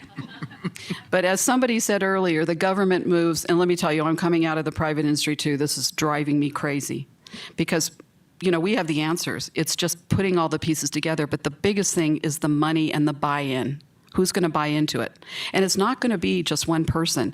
Mike Fan, I don't think he's here today. No. He's got a group of people that are very interested. They can do that on their own. I think we as a city need to define what we can do for you. Mm-hmm. Yeah, exactly. That's what this plan is all about. That's exactly right. That is the buy-in. Yes. Well, that is true. But remember, we're dealing with taxpayer dollars. He's dealing with private entity dollars. Different thing. Yeah. Hope and faith are bad processes. I'll leave it at that. To tag on to that, guys, we've met with the police chief and the fire chief, like she said, and I have personally as well, and they need recruiting tools. They're losing people. They try to hire somebody and they can't find a place to live and they turn down the job and leave. So if we can create this, and we're really looking at this, hey, look, you can live here for a year for sure, a year and a half or 2 years or whatever it is. So take the job, come and live in this spot for 2 years. Meanwhile, you find a place to live where you want to live. So we are really aggressively looking at that. I want you to know that. Like I said, the whole thing is vital, whether it's police, fire, teachers, and nurses. Those are critical people in our community, but just as much as the person that works at Safeway. Right. So, do you see the Easy Reserve version of this embedded in this plan? Yes, I do. And another thing I think you're going to find interesting too along this line of talking is we explored that a hospital can do this, because one of the biggest things the studies show is that, obviously a doctor coming out of medical school has an income rate that's, trajectory is upward, but it's getting over that nut of the down payment of a house. So if we can help facilitate the down payment while they make, they still have payments on their medical school, they still got all these other things, we can help them. So one of the things we talked about too is maybe for some of the nurses and, other people that don't have a good relationship with money, is talking through the process of what it means to get a loan, what the percentage means, what your down payment requirement is, getting your FICO score up. So maybe offering some classes in financial reliability, and because some of them are lacking in that area. I know we're blabbling on here, but we met early on with Flagstaff. Flagstaff has a down payment assistance program, and we're looking at that pretty hard. Yeah. And that's And- a city-funded program. Maybe developing a relationship with lenders that would be able to accept smaller down payments, like car dealerships. You go into a car dealership, they say, you want to buy that new car? We have a lender that will give you financing with little or no money down. And maybe we can find some lenders that'll do that for our people as well. How about 60-year mortgages? But guys, isn't that really the job of private enterprise? Well, No. well, I'm not saying that the city actually has to do that, do the, back up the down payment, but if they can get some people in private enterprise, some local banks or something like that, and say, we have these wonderful employees that are very reliable and they have a steady, reliable income. They just have no means of saving for the down payment because they're paying so much in rent already. Can you make a loan to our employees at, a mortgage with little or no money down? And I bet there are lenders that are able to do that. Real quick, when I met with the police chief, she expressed a desire to create a down payment assistance program that the employee can pay back over, say, a 5 or 10-year program. If they leave us during that time, they got to pay us back that money. Right. But they can eliminate that debt and that assistance down Right. by staying here, and then we don't. And that's a good thing for the city too, because that gets the employees committed to staying for long term. All right, we appreciate everyone's feedback with this, and we're going to move on. There's no last-minute questions for us. We, again, appreciate everything everybody's had to say. I am.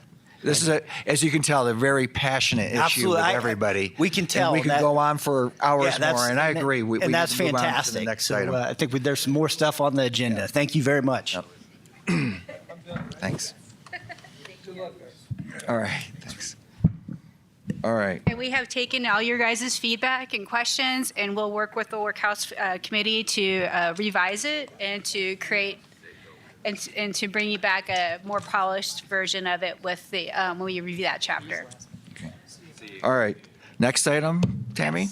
Please. And that is the community quality chapter of the general plan. Yes.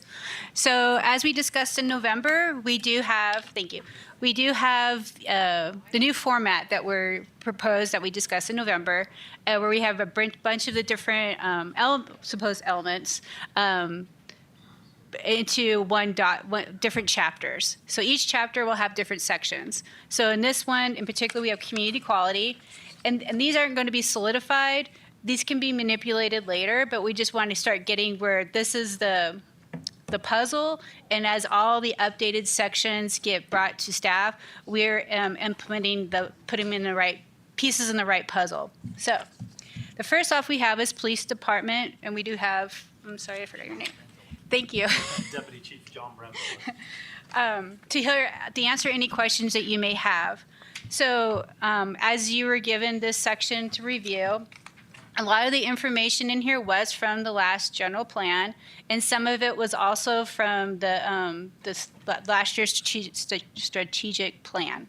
So, and then the goals and strategies that you see in here was from their strategic plan that they've already discussed internally. But I know there's some questions. So the first we'll start off is, are there any questions in regards to the text portion of it? Like on page 1 or on page 1. This is just something I don't understand it. Crime prevention through environmental design. Is that one of the goals or strategies? It's in the text section that you told us to look at. Okay. Yeah, that's a good question. So that is, we have our threat liaison officers that go out and do site surveys of businesses, of homes, of things like that. And part of community policing is to look at the way somebody has their home set up. Things that can, yes, dark porches, shrubs that need to be cut back because there's areas that you can't see. So it's looking at the environment and trying to create a safer atmosphere for people. Is that a service that the police department provides to The citizens of Prescott? It's not something that you would call and ask for it to come out, but it's something that we can definitely do with our threat liaison officers, part of our neighborhood watch and things like that. It's not a specific program, Mr. Riley, but it's something that we definitely, I mean, any officer can talk about it. They call it CEPTED. They're very familiar with it. That's what I thought. Thank you very much. You're welcome, sir. I have a question. It wasn't really embedded in this, but a couple of things popped when I read this. The first one was, can you tell me what the ratio of police officers to 1,000 citizens is? What is that? There is some, in the past, there was some logic behind that. Looking at the population and the amount of officers that you have per 1,000. The FBI did some studies on that. Some other organizations have done that. It doesn't necessarily always equate to how busy we are and how many officers we need based on square mileage. You look at the city of Prescott, we have 46 square miles that we are responsible for patrolling. Inside of that, not only do we have our citizens of the city of Prescott, but the Quad City area. So our population swells at times. So it's not a standard that we typically use. We look more at the amount of calls for service that we have, the amount of time that those calls for service take, and how many officers per call for service. So those are kind of some of the benchmarks that we look at, Tom. Kind of a 1 or 1.2 kind of numbers? Yeah. Yes. In the ballpark. Yes. The other question I thought was, does our current force have room for officer advancement? Yes. You know, being a smaller department in Arizona standards, we actually do have quite an opportunity for people in the advancement part. You know, rank wise, we're structured at officer, lead police officer, sergeant, lieutenant, then there's me, and then the chief. So rank-wise, no, but specialty-wise, absolutely. So there's a lot of lateral movement, not so much up and down because we are limited to that. We only have so many sergeant positions. We only have so many lieutenant positions, and those typically don't grow a lot. Last year we added a sergeant. But those lateral opportunities, there's a lot. You know, we have all the same things a big city agency does. The Narcotics Task Force, if you want to work traffic, detectives, community service, SWAT, all those different things, we have those available to our people. Would you consider that very important for retainment? Oh, absolutely. That's one thing that people look at when they're coming is what opportunities do I have, both advancement-wise and laterally, because not everybody wants to promote. A lot of people want to stay as an officer their entire career, but they want to be able to do detectives and they want to go to traffic and they may want to work on the Narcotics Task Force, or they want to be on SWAT or honor guard. So those things are important too for recruiting and for retention. Yeah. So in your opinion, the morale is pretty good in the Prescott Police Force? Yes, absolutely. Because of a lot of things. I'd say the number one thing is the support we get from this community across the board. That's everything. You don't see that everywhere, and that's every facet from our elected officials to the private people of our community. We just feel extremely supported here, like no other place. I wouldn't work anywhere else. Yeah, it's everything.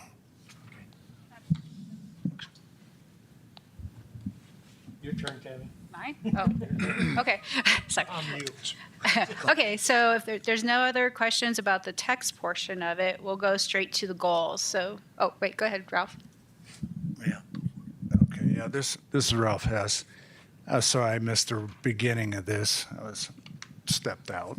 And is this community quality component going to come back to us for review again, like the housing element? Well, this is the chapter, we're reviewing it now. So if there's a lot of revisions or questions, we will bring it back maybe with another chapter or with the final document. We'll have a couple meetings to review the final document with all the comments and suggestions we get through the review process. Okay. Then I have a few comments Okay. on the text. And they may have already been made while I was out. One, it would be helpful to have further explanation of the directed patrol activities, the problem solving, policing, the community policing. I heard something about that when I first came, or when I came back in. Also, the block watch security surveys, CHOP with a cop, maybe a little further brief explanation of what those entail. In the next paragraph after those, I think it would also might be helpful to include references to the federal 1033 program if the police department's still receiving equipment and materials through that program, and also make reference to the collaboration that the City of Prescott Police Department has with the Yavapai County Just and Mental Health Coalition. I know when we had the presentation from one of the supervisors previously, that particular supervisor was not familiar with the coalition and the work that the Prescott Police Department does with that. And I think that's a really significant program in which the city works with the Yavapai County and the other law enforcement and behavioral health groups that are within the community. I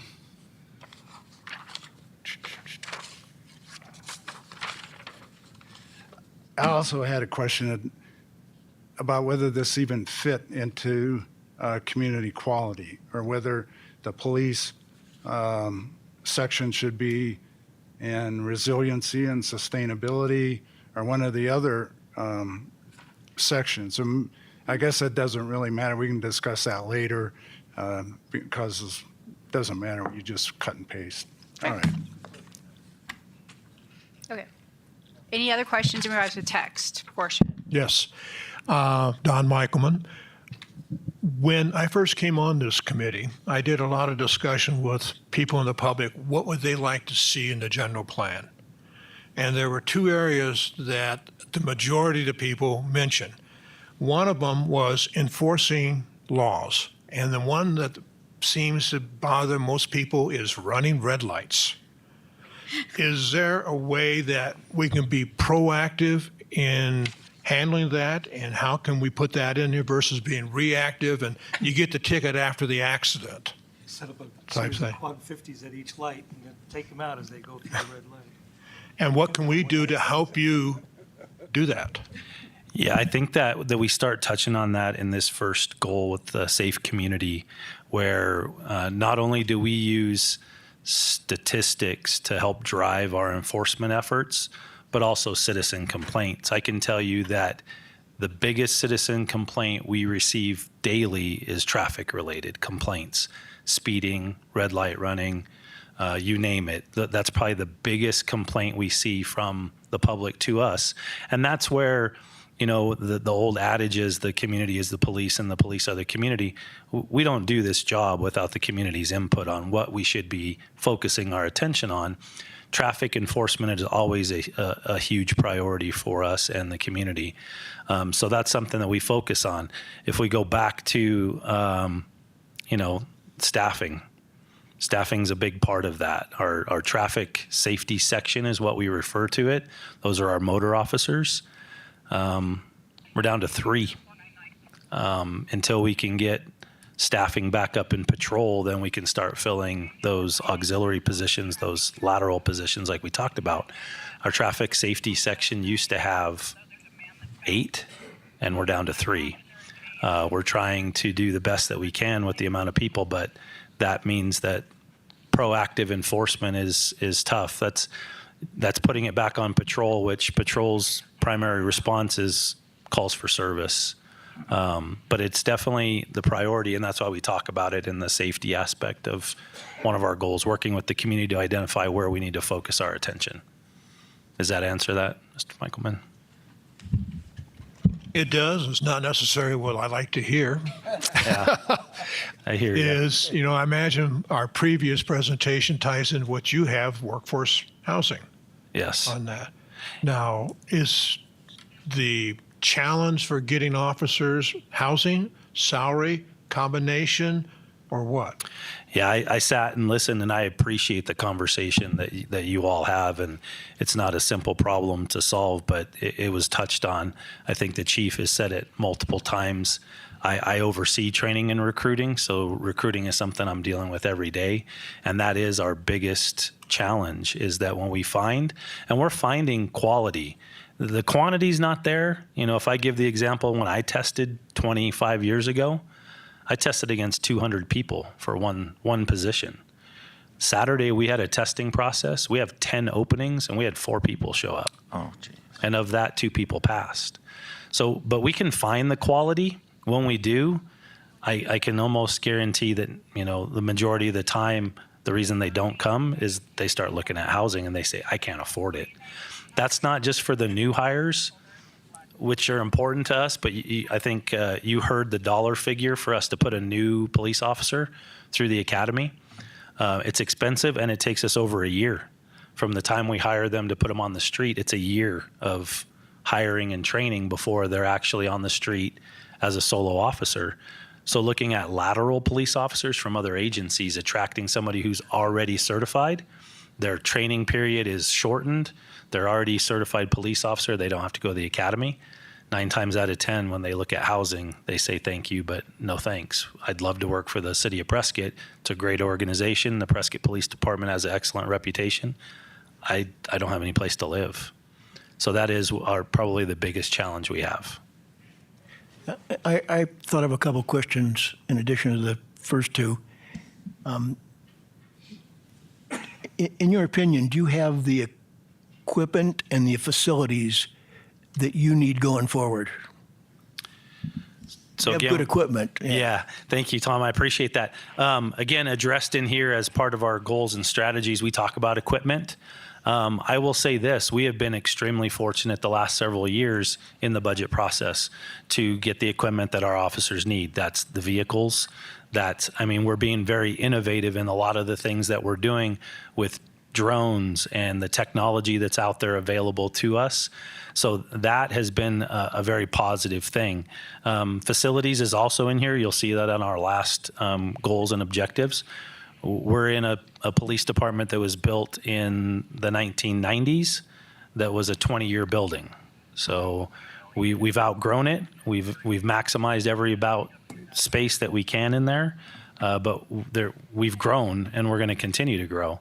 So looking at substations and looking at collaborating with the Yavapai County Sheriff's Office and the fire department to co-locate so that we can share those costs, those are things that are part of our strategic plan moving forward. Is we need another station besides the one downtown. Yeah, and that could be a shared station, a place. Absolutely. A place for officers to go and do their paperwork and communicate and.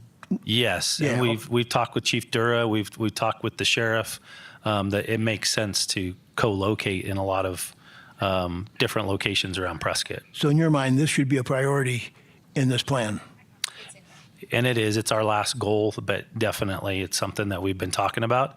It's been part of strategic planning in the past, and funding usually becomes the question. So it's something that we definitely want to move forward with and looking to collaborate with our other law enforcement partners and the fire department as well. Thank you. Thank you, Mr. Chairman. I have a comment that is probably consistent with my previous comment in the previous section. And I know that the police department has a strategic plan in place that basically identifies and fleshes out a lot of the wording that's in the goals. It would be nice if somehow it maybe not necessarily included in the general plan, but at least referenced in the general plan and saying this is where you can go to get a copy of the strategic plan that further defines these kinds of things, I think would be a helpful tool, again, for us in the field going out and explaining this to folks as we go along.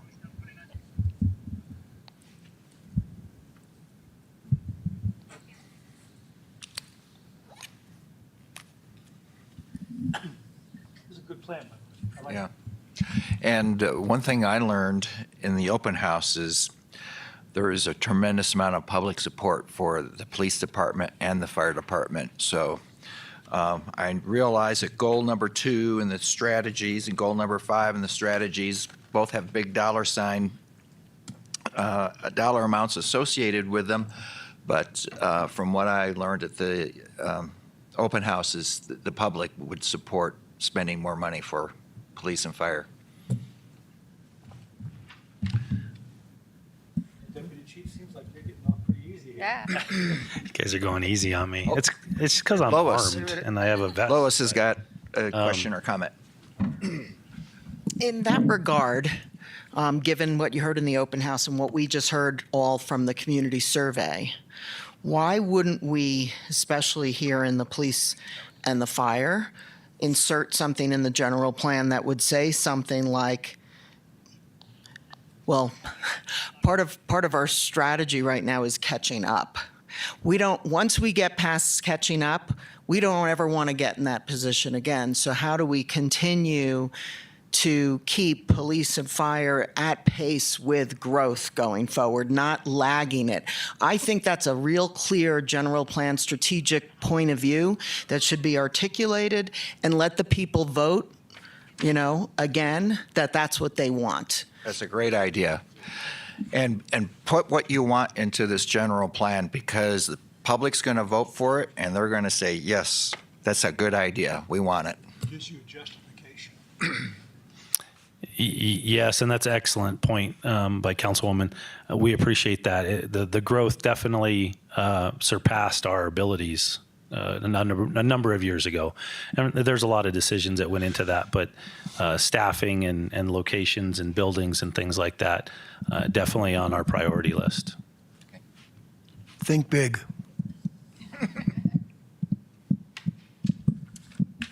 So we do have the last goal here, the 5, where it did have about the strategy 5.4, new police station co-located with the sheriff and the fire department, and then reorganization of current spaces and such. So they already have a lot of those, but we'll look into how to keep up with growth and needs, and I'll work with you guys in regards to language for that.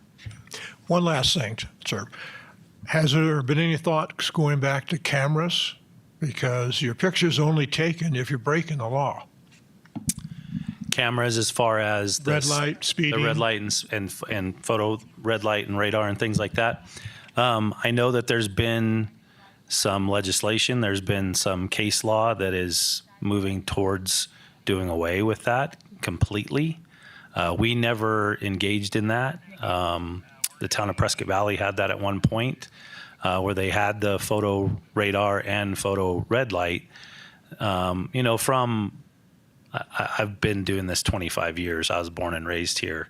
I saw some value to the photo red light, because we can't be at all intersections and catch every red light runner. But there is some case law that's probably going to do away with that. I know down in the valley there's still some, but it's gone away. There's some questions too about how that process works, and the fact that as a police officer we have to view that on scene and issue the citation and identify the driver and things like that. So again, we do rely on the public to let us know. We track a lot of stats related to traffic crashes and how they're related to intersections and if it's a red light. So those things we do pay a lot of attention. We're fortunate to have grants from the governor's office to work speed and aggressive driving and things like that. So like I said, it's definitely one of our high priorities as far as enforcement of the traffic laws. Any other questions, comments? Jim? Deputy Chief, I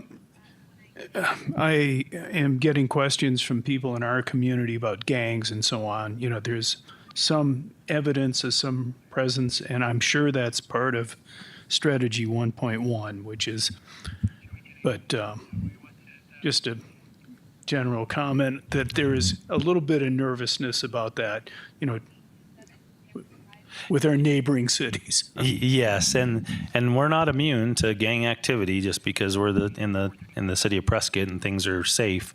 We do have that. Again, we work very collaboratively with our law enforcement partners, including the State Gang Task Force, with our school resource officers being in the schools. That also helps. We can identify those individuals. We have had some calls that involved gang activity, but we're very fortunate in that we have those relationships with Prescott Valley, with the sheriff's office.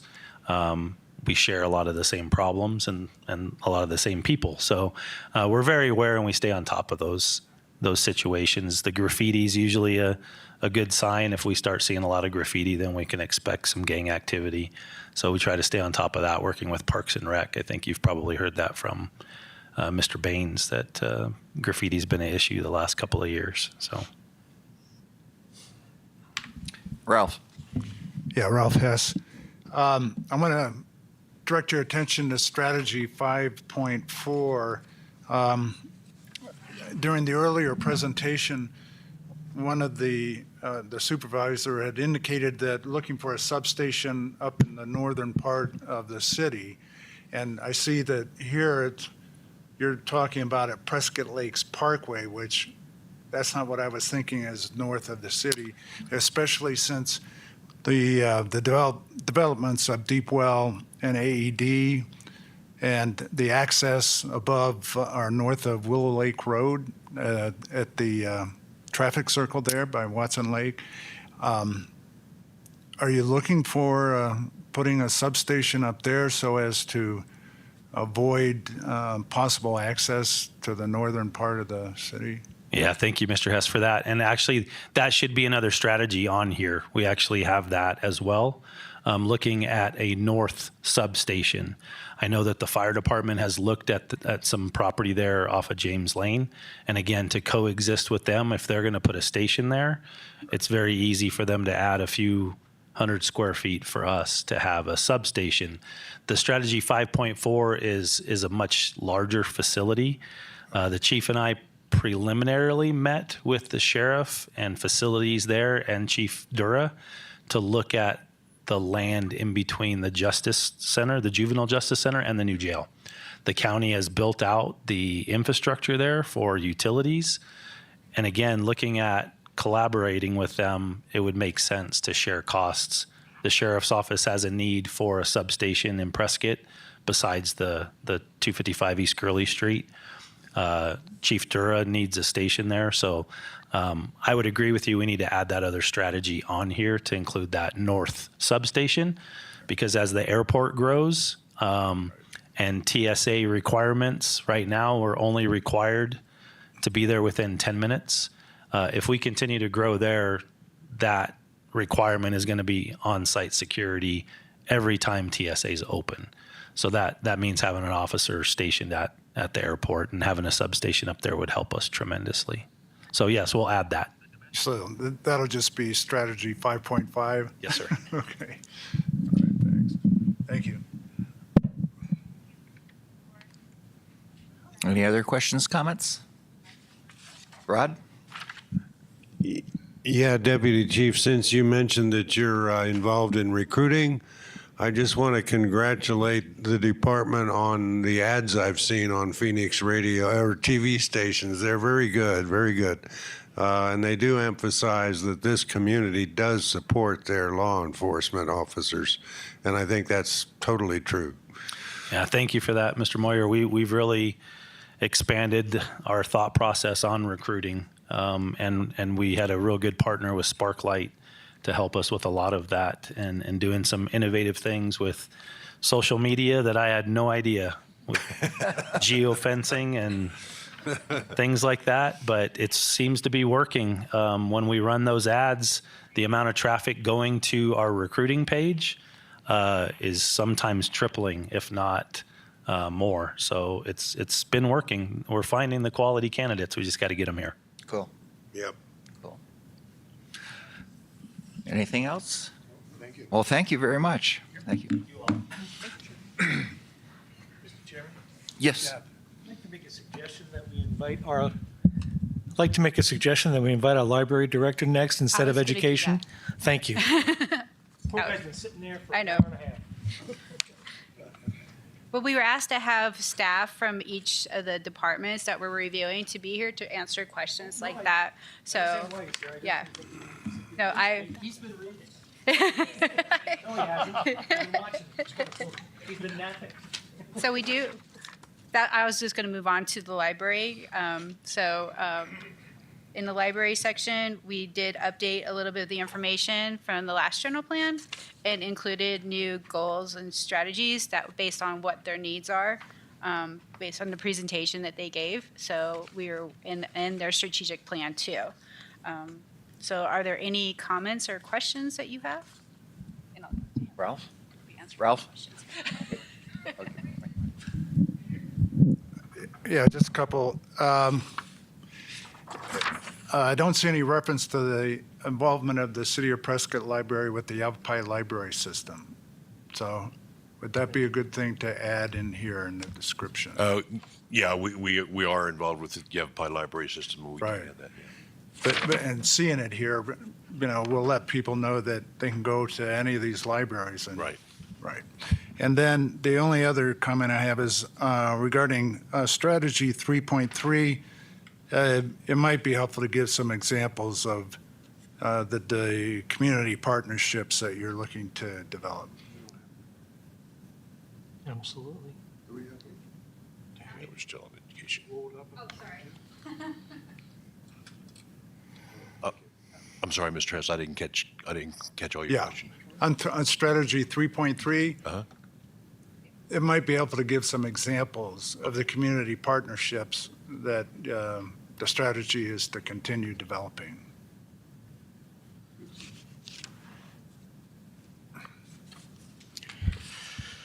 Yeah, we partner with many community organizations to present lots of different programs. We were instrumental in getting Dolly Parton program started here. So yeah, there are examples we could provide. Yeah, maybe not an exhaustive list, but just some examples. Yeah. Mr. Chairman? Thank you. One of the things that I noticed when you made your presentation, and I wasn't able to fast forward through that part, you talked about the need for storage at the library for a lot of the things that you have. Yeah, you're smiling now. You actually have employees that are storing things for the library in their homes, and that there is a desperate need for that. I don't see that in your strategic plans. Are you planning to continue having people store stuff in their kitchens? And Well, I hope not. It's one of the things we have to look at because, like other libraries, we do have a growing, we call it a library of things, that we are just larger items, and we now have 2 and 3 people in an office and having things in there as well. Yeah, we do have to find a way of storage. And I've been trying to figure out if there's a way that we can even have additional buildings for storage, off-site storage. There's many ways to look at it, but there's a lot of ways you can build buildings pretty cheaply, Yeah. just for storage. Mhm. I mean, it doesn't have to be the nice facilities that you have now. right. In the kitchen, Jim, just recipe books. Yeah, really. But is that in the- That's the other part. Excuse me. And to build on what Ralph was saying, again, with a little bit more fleshing out of what some of these things are, and if not fleshing them out in the actual general plan itself and the wording that's here, if you can give references as to where people can go in order to be able to get further information, that again would be very, very helpful in being able to answer questions as this thing goes out on the road. Yeah, we do have a lot more information on our website with a lot of this stuff. So Yeah, that would be the website for everybody. yeah.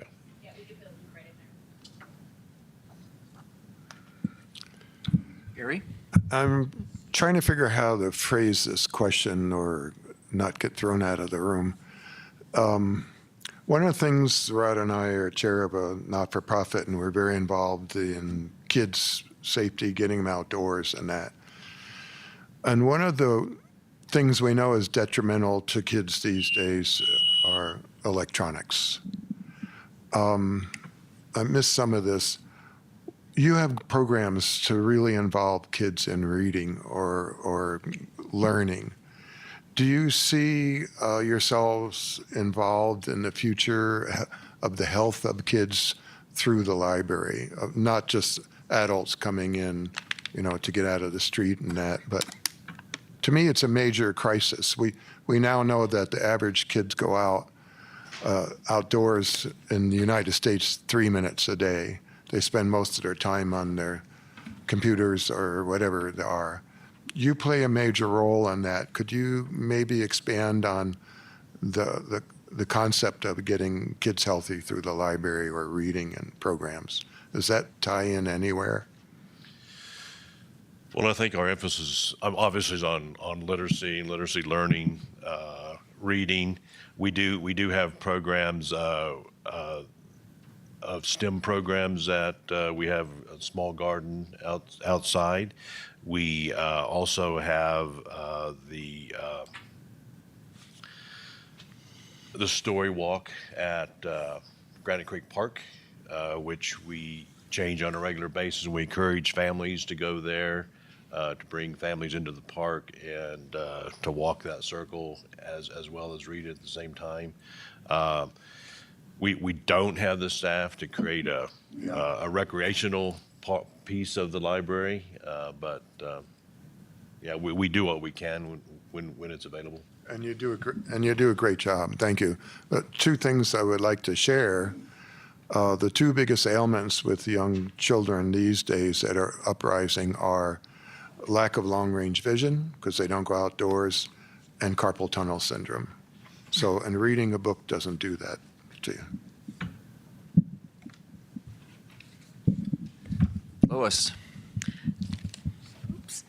Just another thought from a long-term planning perspective, and I know we talked about that, Roger, when we were doing our join up.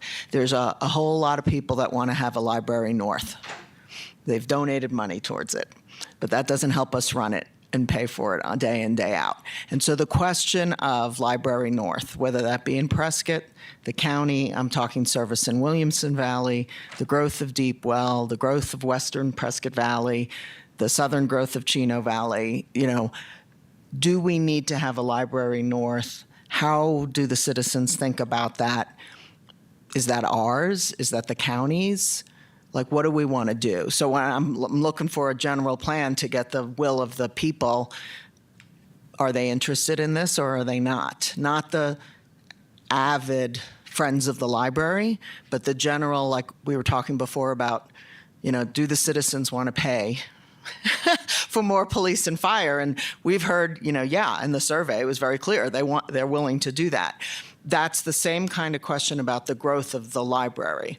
And you bringing up space brought to me the fact of, you're starting to outgrow your facility. So what do we do?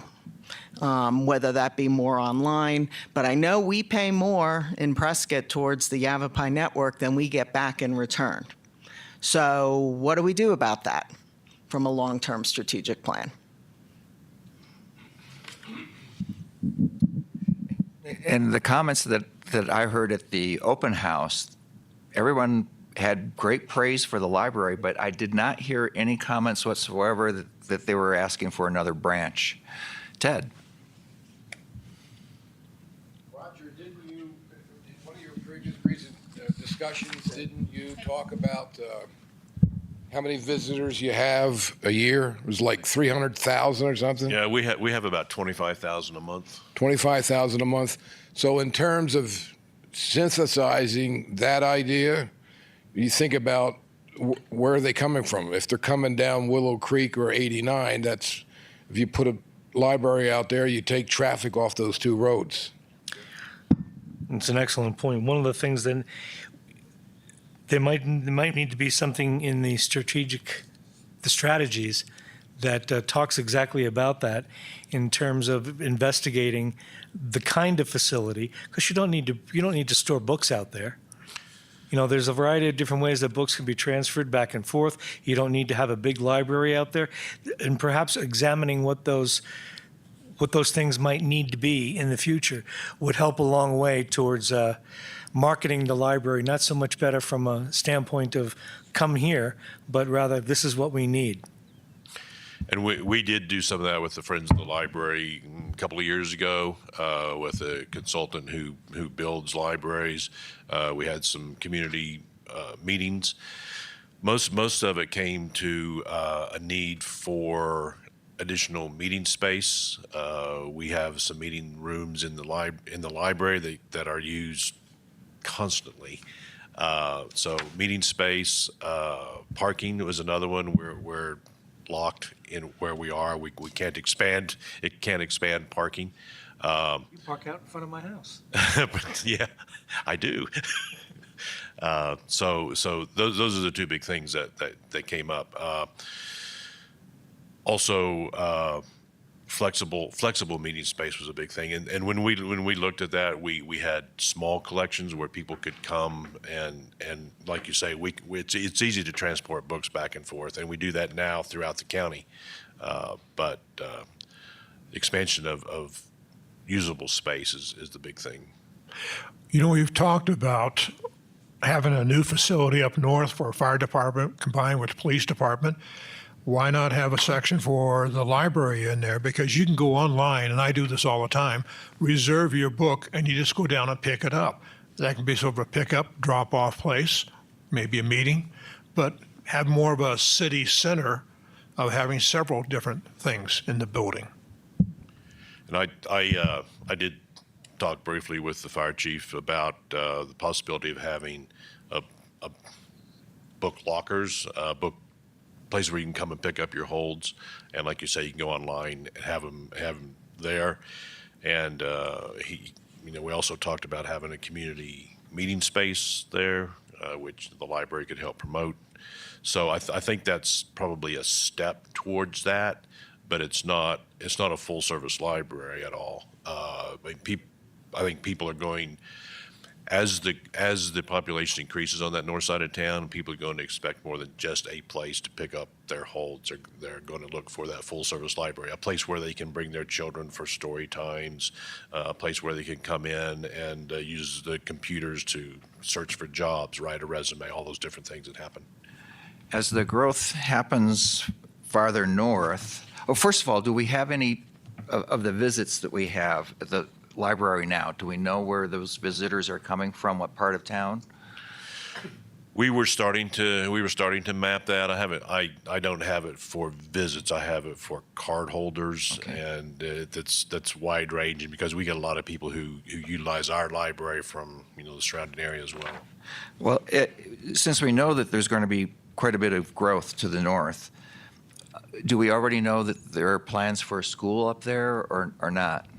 Because I'm thinking that if there's going to be a school or a police station or something up there, we have city property up there that's dedicated for that. Maybe we can make space for a library branch associated with police and fire, or a school that may be built to the north. And that would be a great place to have a library next to a school. So. Yeah, there are other places in the county where they share school and public libraries as well. So that is an idea.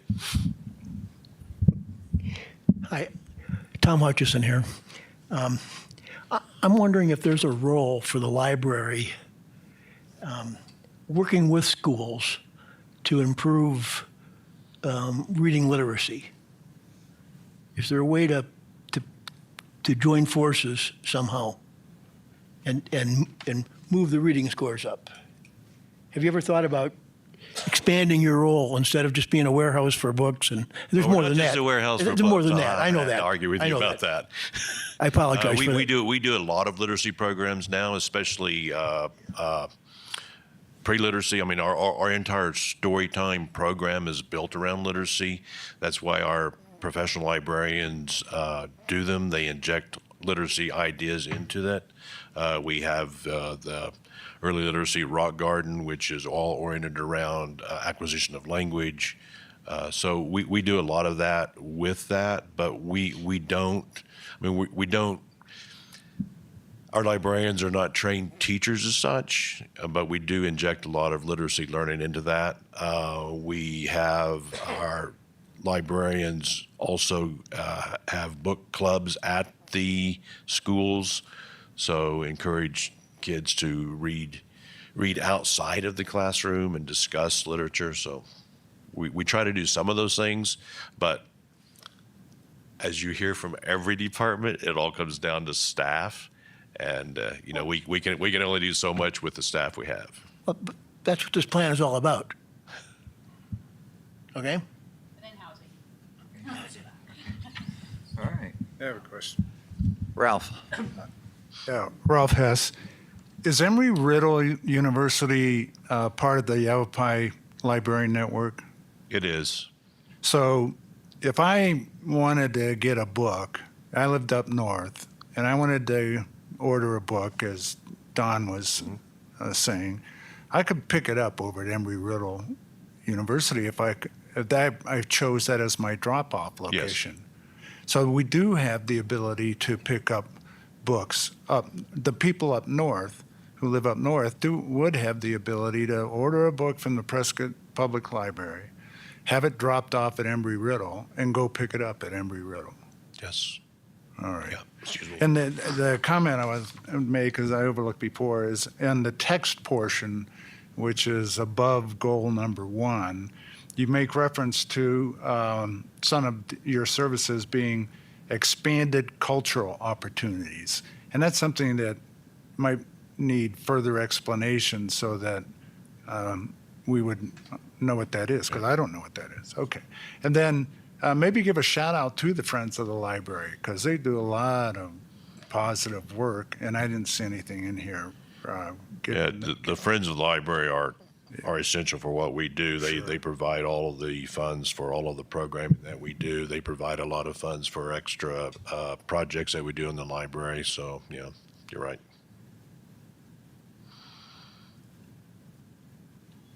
Anybody else? All right. Thank you. All right. Thank you.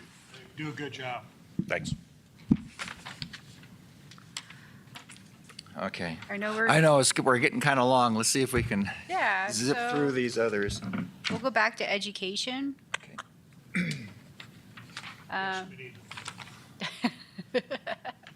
Yeah. Oh. Am I doing that or is he doing it? Okay. So on the page 3, under the text for education, were there any questions or input? Okay. One of the things I noticed is some of the statistics that you're using in the second paragraph and even first, they seem to be a little outdated, Okay. and I'm wondering if we can either update them or don't include them. Okay. Including 15-year-old statistics may or may not be the best thing to do.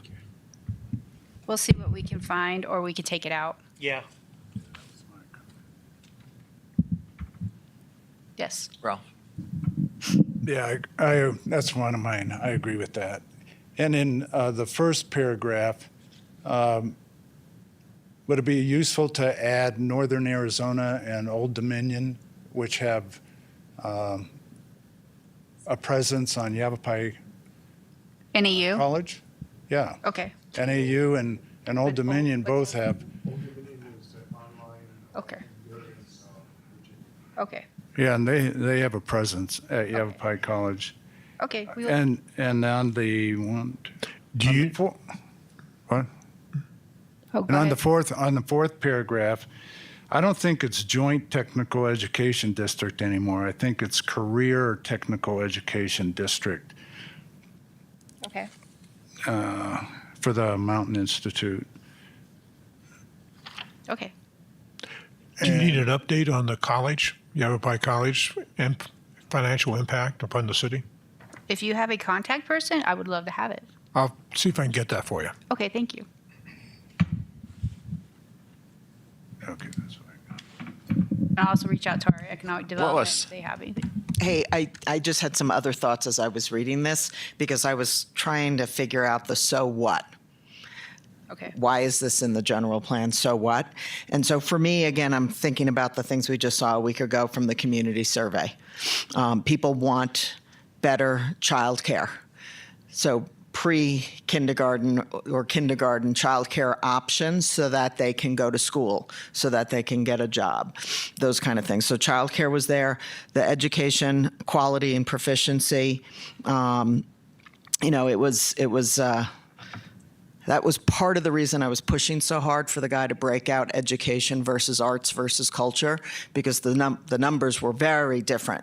And so the push from this old 65-year-old community about paying taxes when your proficiency scores are 30 to 40%, this is another way of the community saying, and if we want to attract more companies with higher paying jobs, I can tell you I almost turned down a promotion moving to a community of about this size because I couldn't find, and on the last day, I finally found private education that would meet my children's needs, so I wouldn't have come.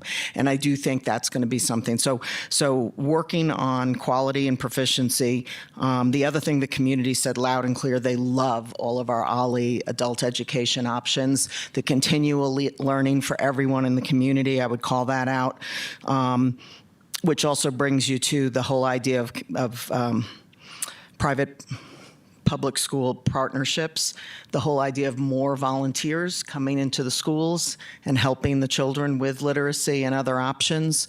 I know we've been replaced by computers at the high school, but in elementary school, they can't get enough volunteers. So people are looking to give back. It's amazing opportunity to go to the elementary schools. And then finally, I put, and you captured it, but just didn't say it to me, the workforce development. So it's not just technical skills, but also some of the other industries as we bring, so the workforce for the businesses that we have and that we will bring. Hopefully we'll be bringing more in the coming year when we work on our economic development plan. So those were just some of my thoughts as I was reading this. Okay, perfect.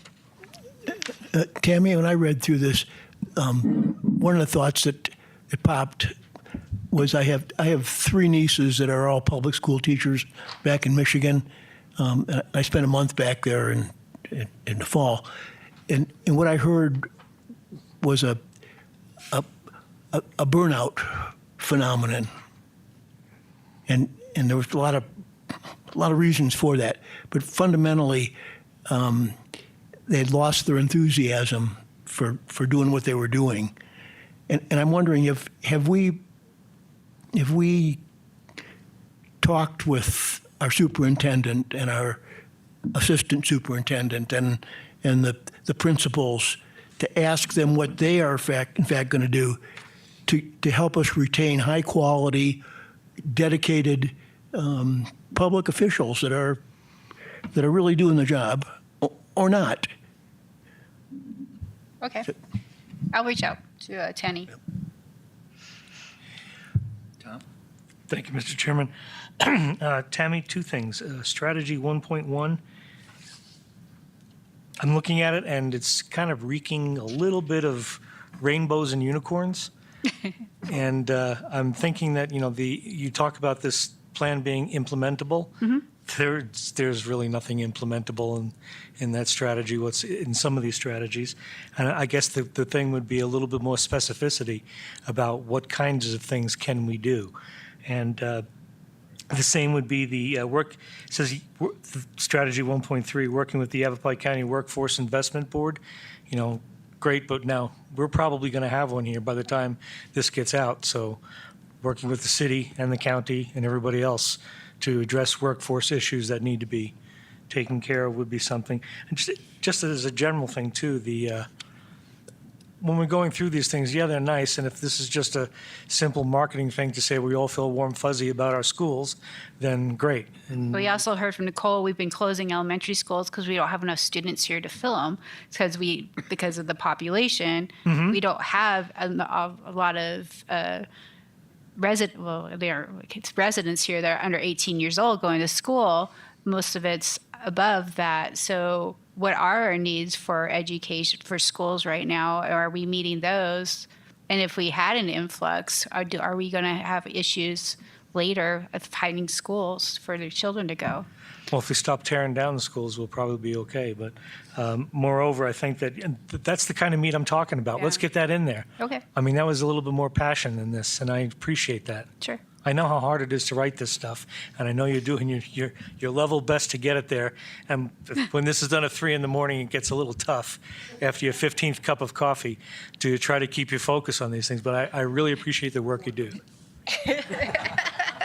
Thank you for your. Okay, next. Anything else? All right, what do we have? Wait. Community center and healthcare. Community center, Arts and culture. I know there's no goals and strategies because all these are private.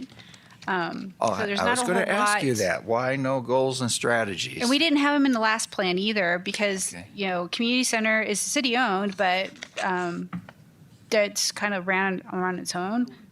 Yeah. Yeah, the operation's private.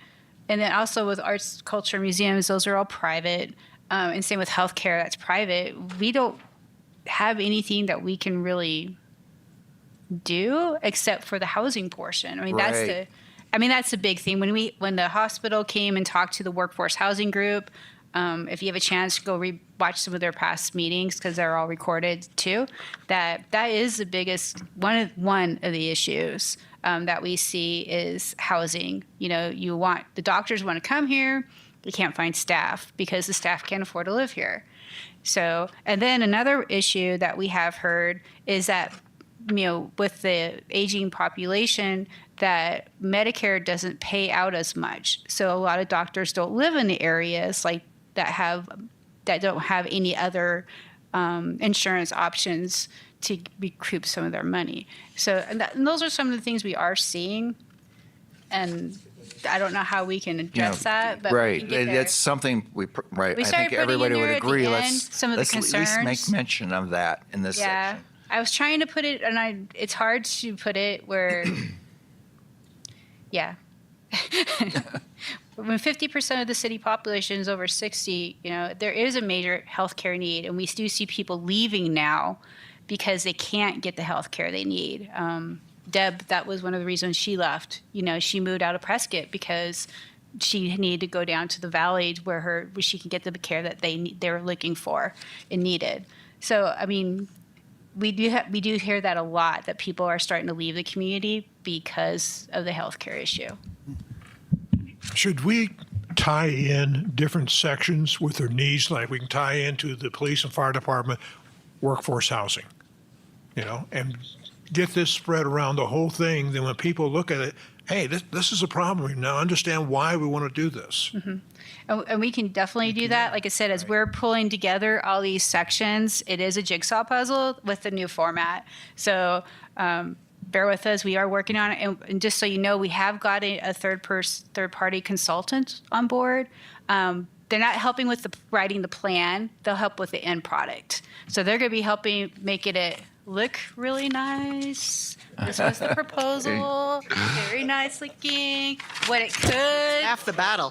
What it could look like instead of having a basic paper plan that, that way we have the hyperlinks in there to go to the website, strategic plans, if things are on the website, we're going to have that ability to put that in here. And it's going to look like a document you want to read instead of the standard, plain document. Insomnia cure. Yes. Lois. So I just wanted to throw that out there that we just got them on board last week. We're still working on our final stuff, but we have Kimberly Horn on board. We're very excited. They're very excited. They are Prescott residents. Some of them were born and raised here and wanting back here, and they're very excited to be on board to help us with this. And so I'm excited too because it's going to be really cool. So, Lois. Go ahead, Lois. I think in community quality, one of the themes I'm seeing through multiple of these individual parts is the combination of public and private partnerships. And so I want to bring in things like our whole summer concert series is a combination of the Prescott Downtown Partnership with some funding from the city, but they're providing a whole lot of the work and the funding.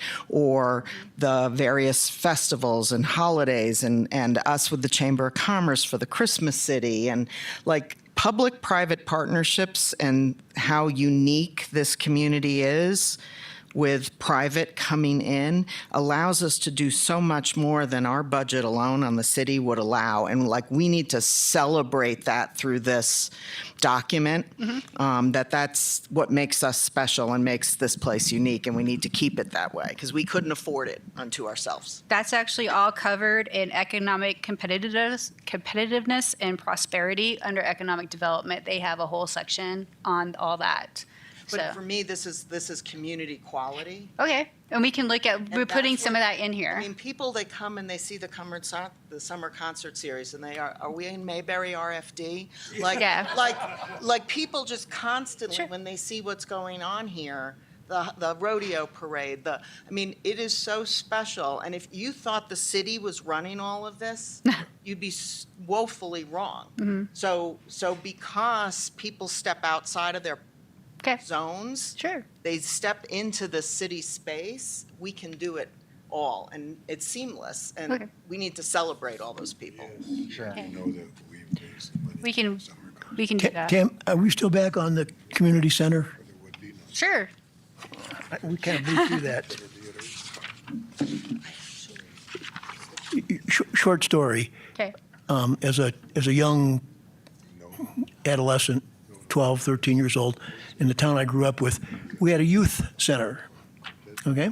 And the youth center basically had three choices, and I'm not advocating these choices at all, but you could learn how to dance, which I should have chose.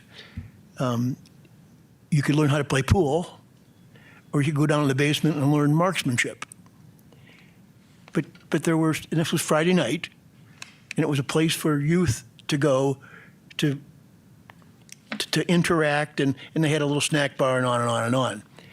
And I'm wondering if there's a place for some kind of a youth. Launch pad. That's all. That was the thought I had when I read this. Ralph.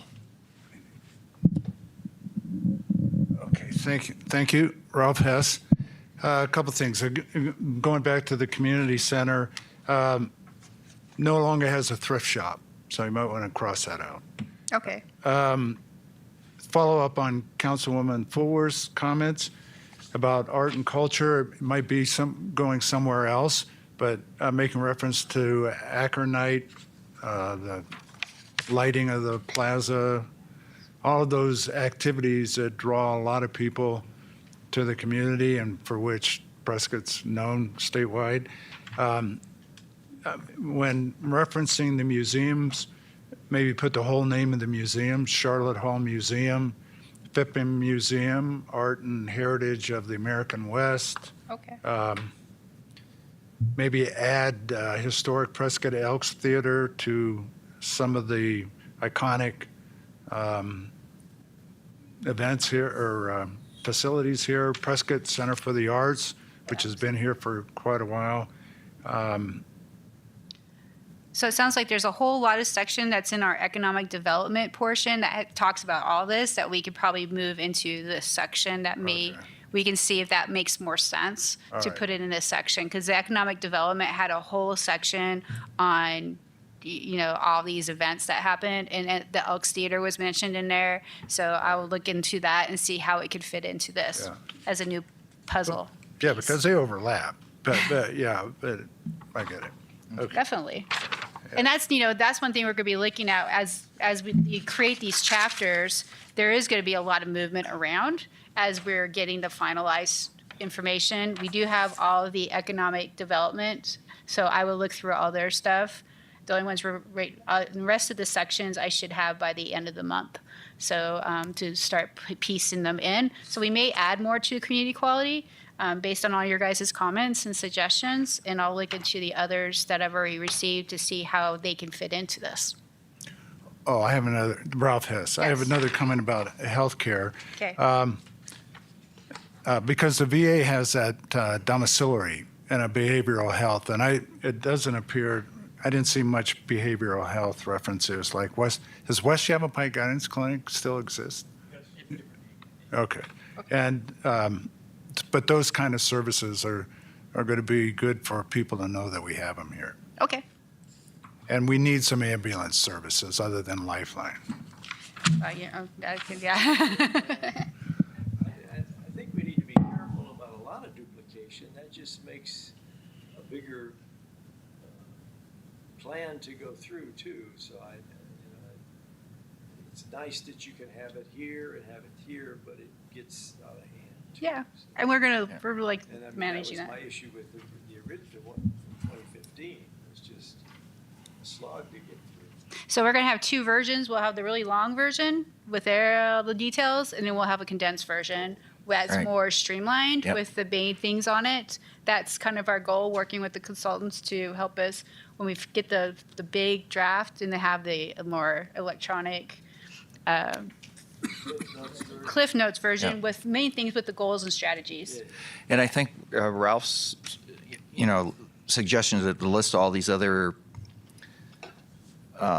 organizations and events that we have is good as well, because I think a lot of, when the public starts reading this, they're going to say, gee, I didn't know we had this, and I didn't know we had that, and Yeah. they'll check it out and maybe participate in it. Definitely, okay. Is there any efficacy to thinking about the possibility of making reference to arts and culture and a variety of other things? Because by and large, the city does not have a major arts and culture program within the city itself. So, sorry. That's right. I was wondering whether or not we should consider how we make reference to things like arts and culture, healthcare, things like that, in such a way that we make reference to that, acknowledging them and acknowledging them as being important to the fabric of our community, but not having them as being things of their own. Because the city does not have, we don't have any healthcare. We have very little arts and culture, programs that go on. I mean, yes, we support them and different things like that, and we do those kinds of things, but we really don't, there isn't an arts and culture department. No. So I'm wondering if maybe instead of having, arts and culture as being a whole section, maybe there should be a whole section in there that talks about, these are some of the things that are involved with our community that really add to the fabric of our community. And we want to include them in the general plan to acknowledge not only their existence, but how important they are to our community, even though we don't have any control or any involvement with tangential involvement. Okay. So one of the greatest measurements of the success of a community is through its arts and culture. Throughout history, all those eras are, if you historically look back, are about arts and culture or how they represented the communities. We don't do that here very well.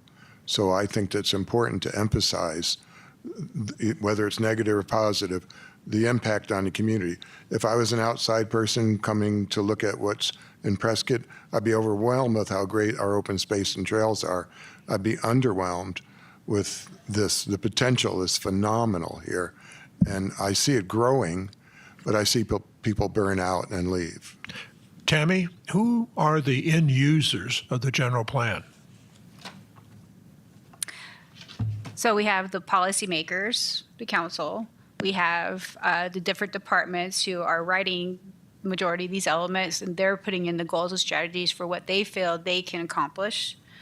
And then also developers. What's in our community? What is valuable here? What do we have here? Or what are our needs here too? That's another thing. What are our needs? So they can try to address it if possible. And then potential residents here. What do we have here to offer the citizens? Do the potential residents read the general plan? Has anybody come in and say, hey, I want a copy of the general plan?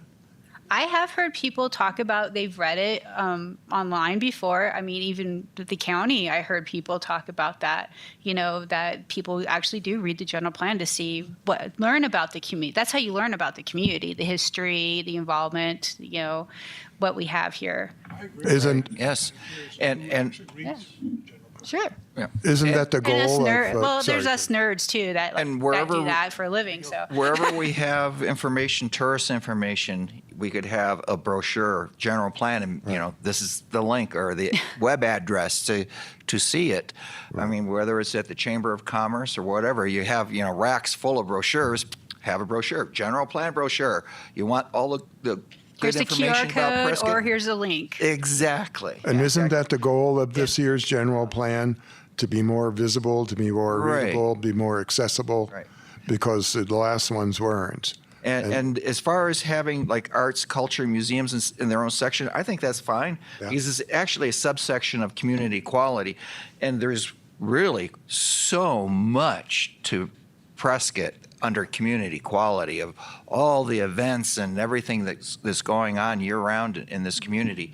It's like community quality section is really the advertisement for Prescott. Say, hey, we got this great place, come and visit, but a lot of people say, but don't move here. But we have that, that segment of the population that would say that. But at any rate, I think it's the community quality chapter is an opportunity for us to brag about ourselves a little bit. And like I said, I'll look at other sections to see what we could add to it to beef it up in Sure. regards to the events and stuff that we have. That this would probably be a better section for it than under economic development. Okay. And make reference to it, because we can always make reference to other sections too. And Don, I didn't hear your question. Don, you made a question, had a question, but End Who are users. the- end users. who are the end users of the plan? Mm-hmm. Yeah. So really what you're asking is, who's going to deploy this plan into the city? No, not necessarily. No? Who's gonna read it? Who reads it and may utilize the information in there? And I'm just curious The on. ones implementing it is our city our city departments, and then with their strategic plans moving forward with the city council, because 90% of the goals and strategies are funding, part of city funding, so that they have to be implemented somehow into their strategic plans moving forward to city council. It's all about money. So, forgive me if I'm stepping out of bounds here, and stop me if I am, okay? But in the world I came from, we had a board of directors and a chairman of the board. The chairman ran the board, okay? The board of directors and the chairman appointed a CEO. The CEO created a staff, okay, to deploy what, in fact, the shareholders demanded of the Ford family to make money, okay, to keep the company going. Mm-hmm. And then there were staff that deployed all that. Yep. So the parallel, I think, is that our board of directors, i.e., the council, and the board, the chairman of the board, the mayor, basically are responding to the citizens of this city. They are the shareholders. Then you have the city manager that oversees the. Then you have the city manager. Yes, they are. Then you have the city manager that's kind of. Okay, well, so the city manager is the CEO. Whoa, Yes, whoa, whoa, and whoa, then- whoa, whoa, no, no, And no, the CEO no, no. is the equivalent of. No. So you have so the way we function is you have the city council. Yeah, I think we're Yeah. way off topic. Yeah. Okay. We're way And off I think topic everybody's on getting this. tired now. So. Right. I'm driving for But accountability. you guys. See you, Jim. Okay. Okay. Anything else on what is in the community quality chapter? I think I got all your guys' comments, and if you think of any others that you didn't say, email them to me. And as we move forward, we'll look into how the other pieces will fit into this puzzle. It is a puzzle, the way the new format is, because this is something new for us and a new way of doing the general plan. And so we do want to be Prescott's a unique community, and we want to reflect how unique we are. And this is a great way of doing that. Instead of having a basic plan looking like everybody else, we want to stand out. So, and maybe Right. win an award. And community quality chapter, let's brag a lot in this, because we have a lot to brag about in Prescott and It is, community quality is our chance to brag and show off. It is a our little bragging bit. rights. So, Right. and we have other areas. Economic development is too. They have it's many pages too. So I can probably break out some stuff and put it. And that's what we're looking at as we're moving forward is where these can fit in others. And you guys will always have comments on that and see what fits somewhere else. So it's a living document and it's fluid and it's all a draft until the council approves it. So, and then it goes to the voters. Great. Anything else on community quality? Nope. All right, in that case, meeting adjourned. Okay.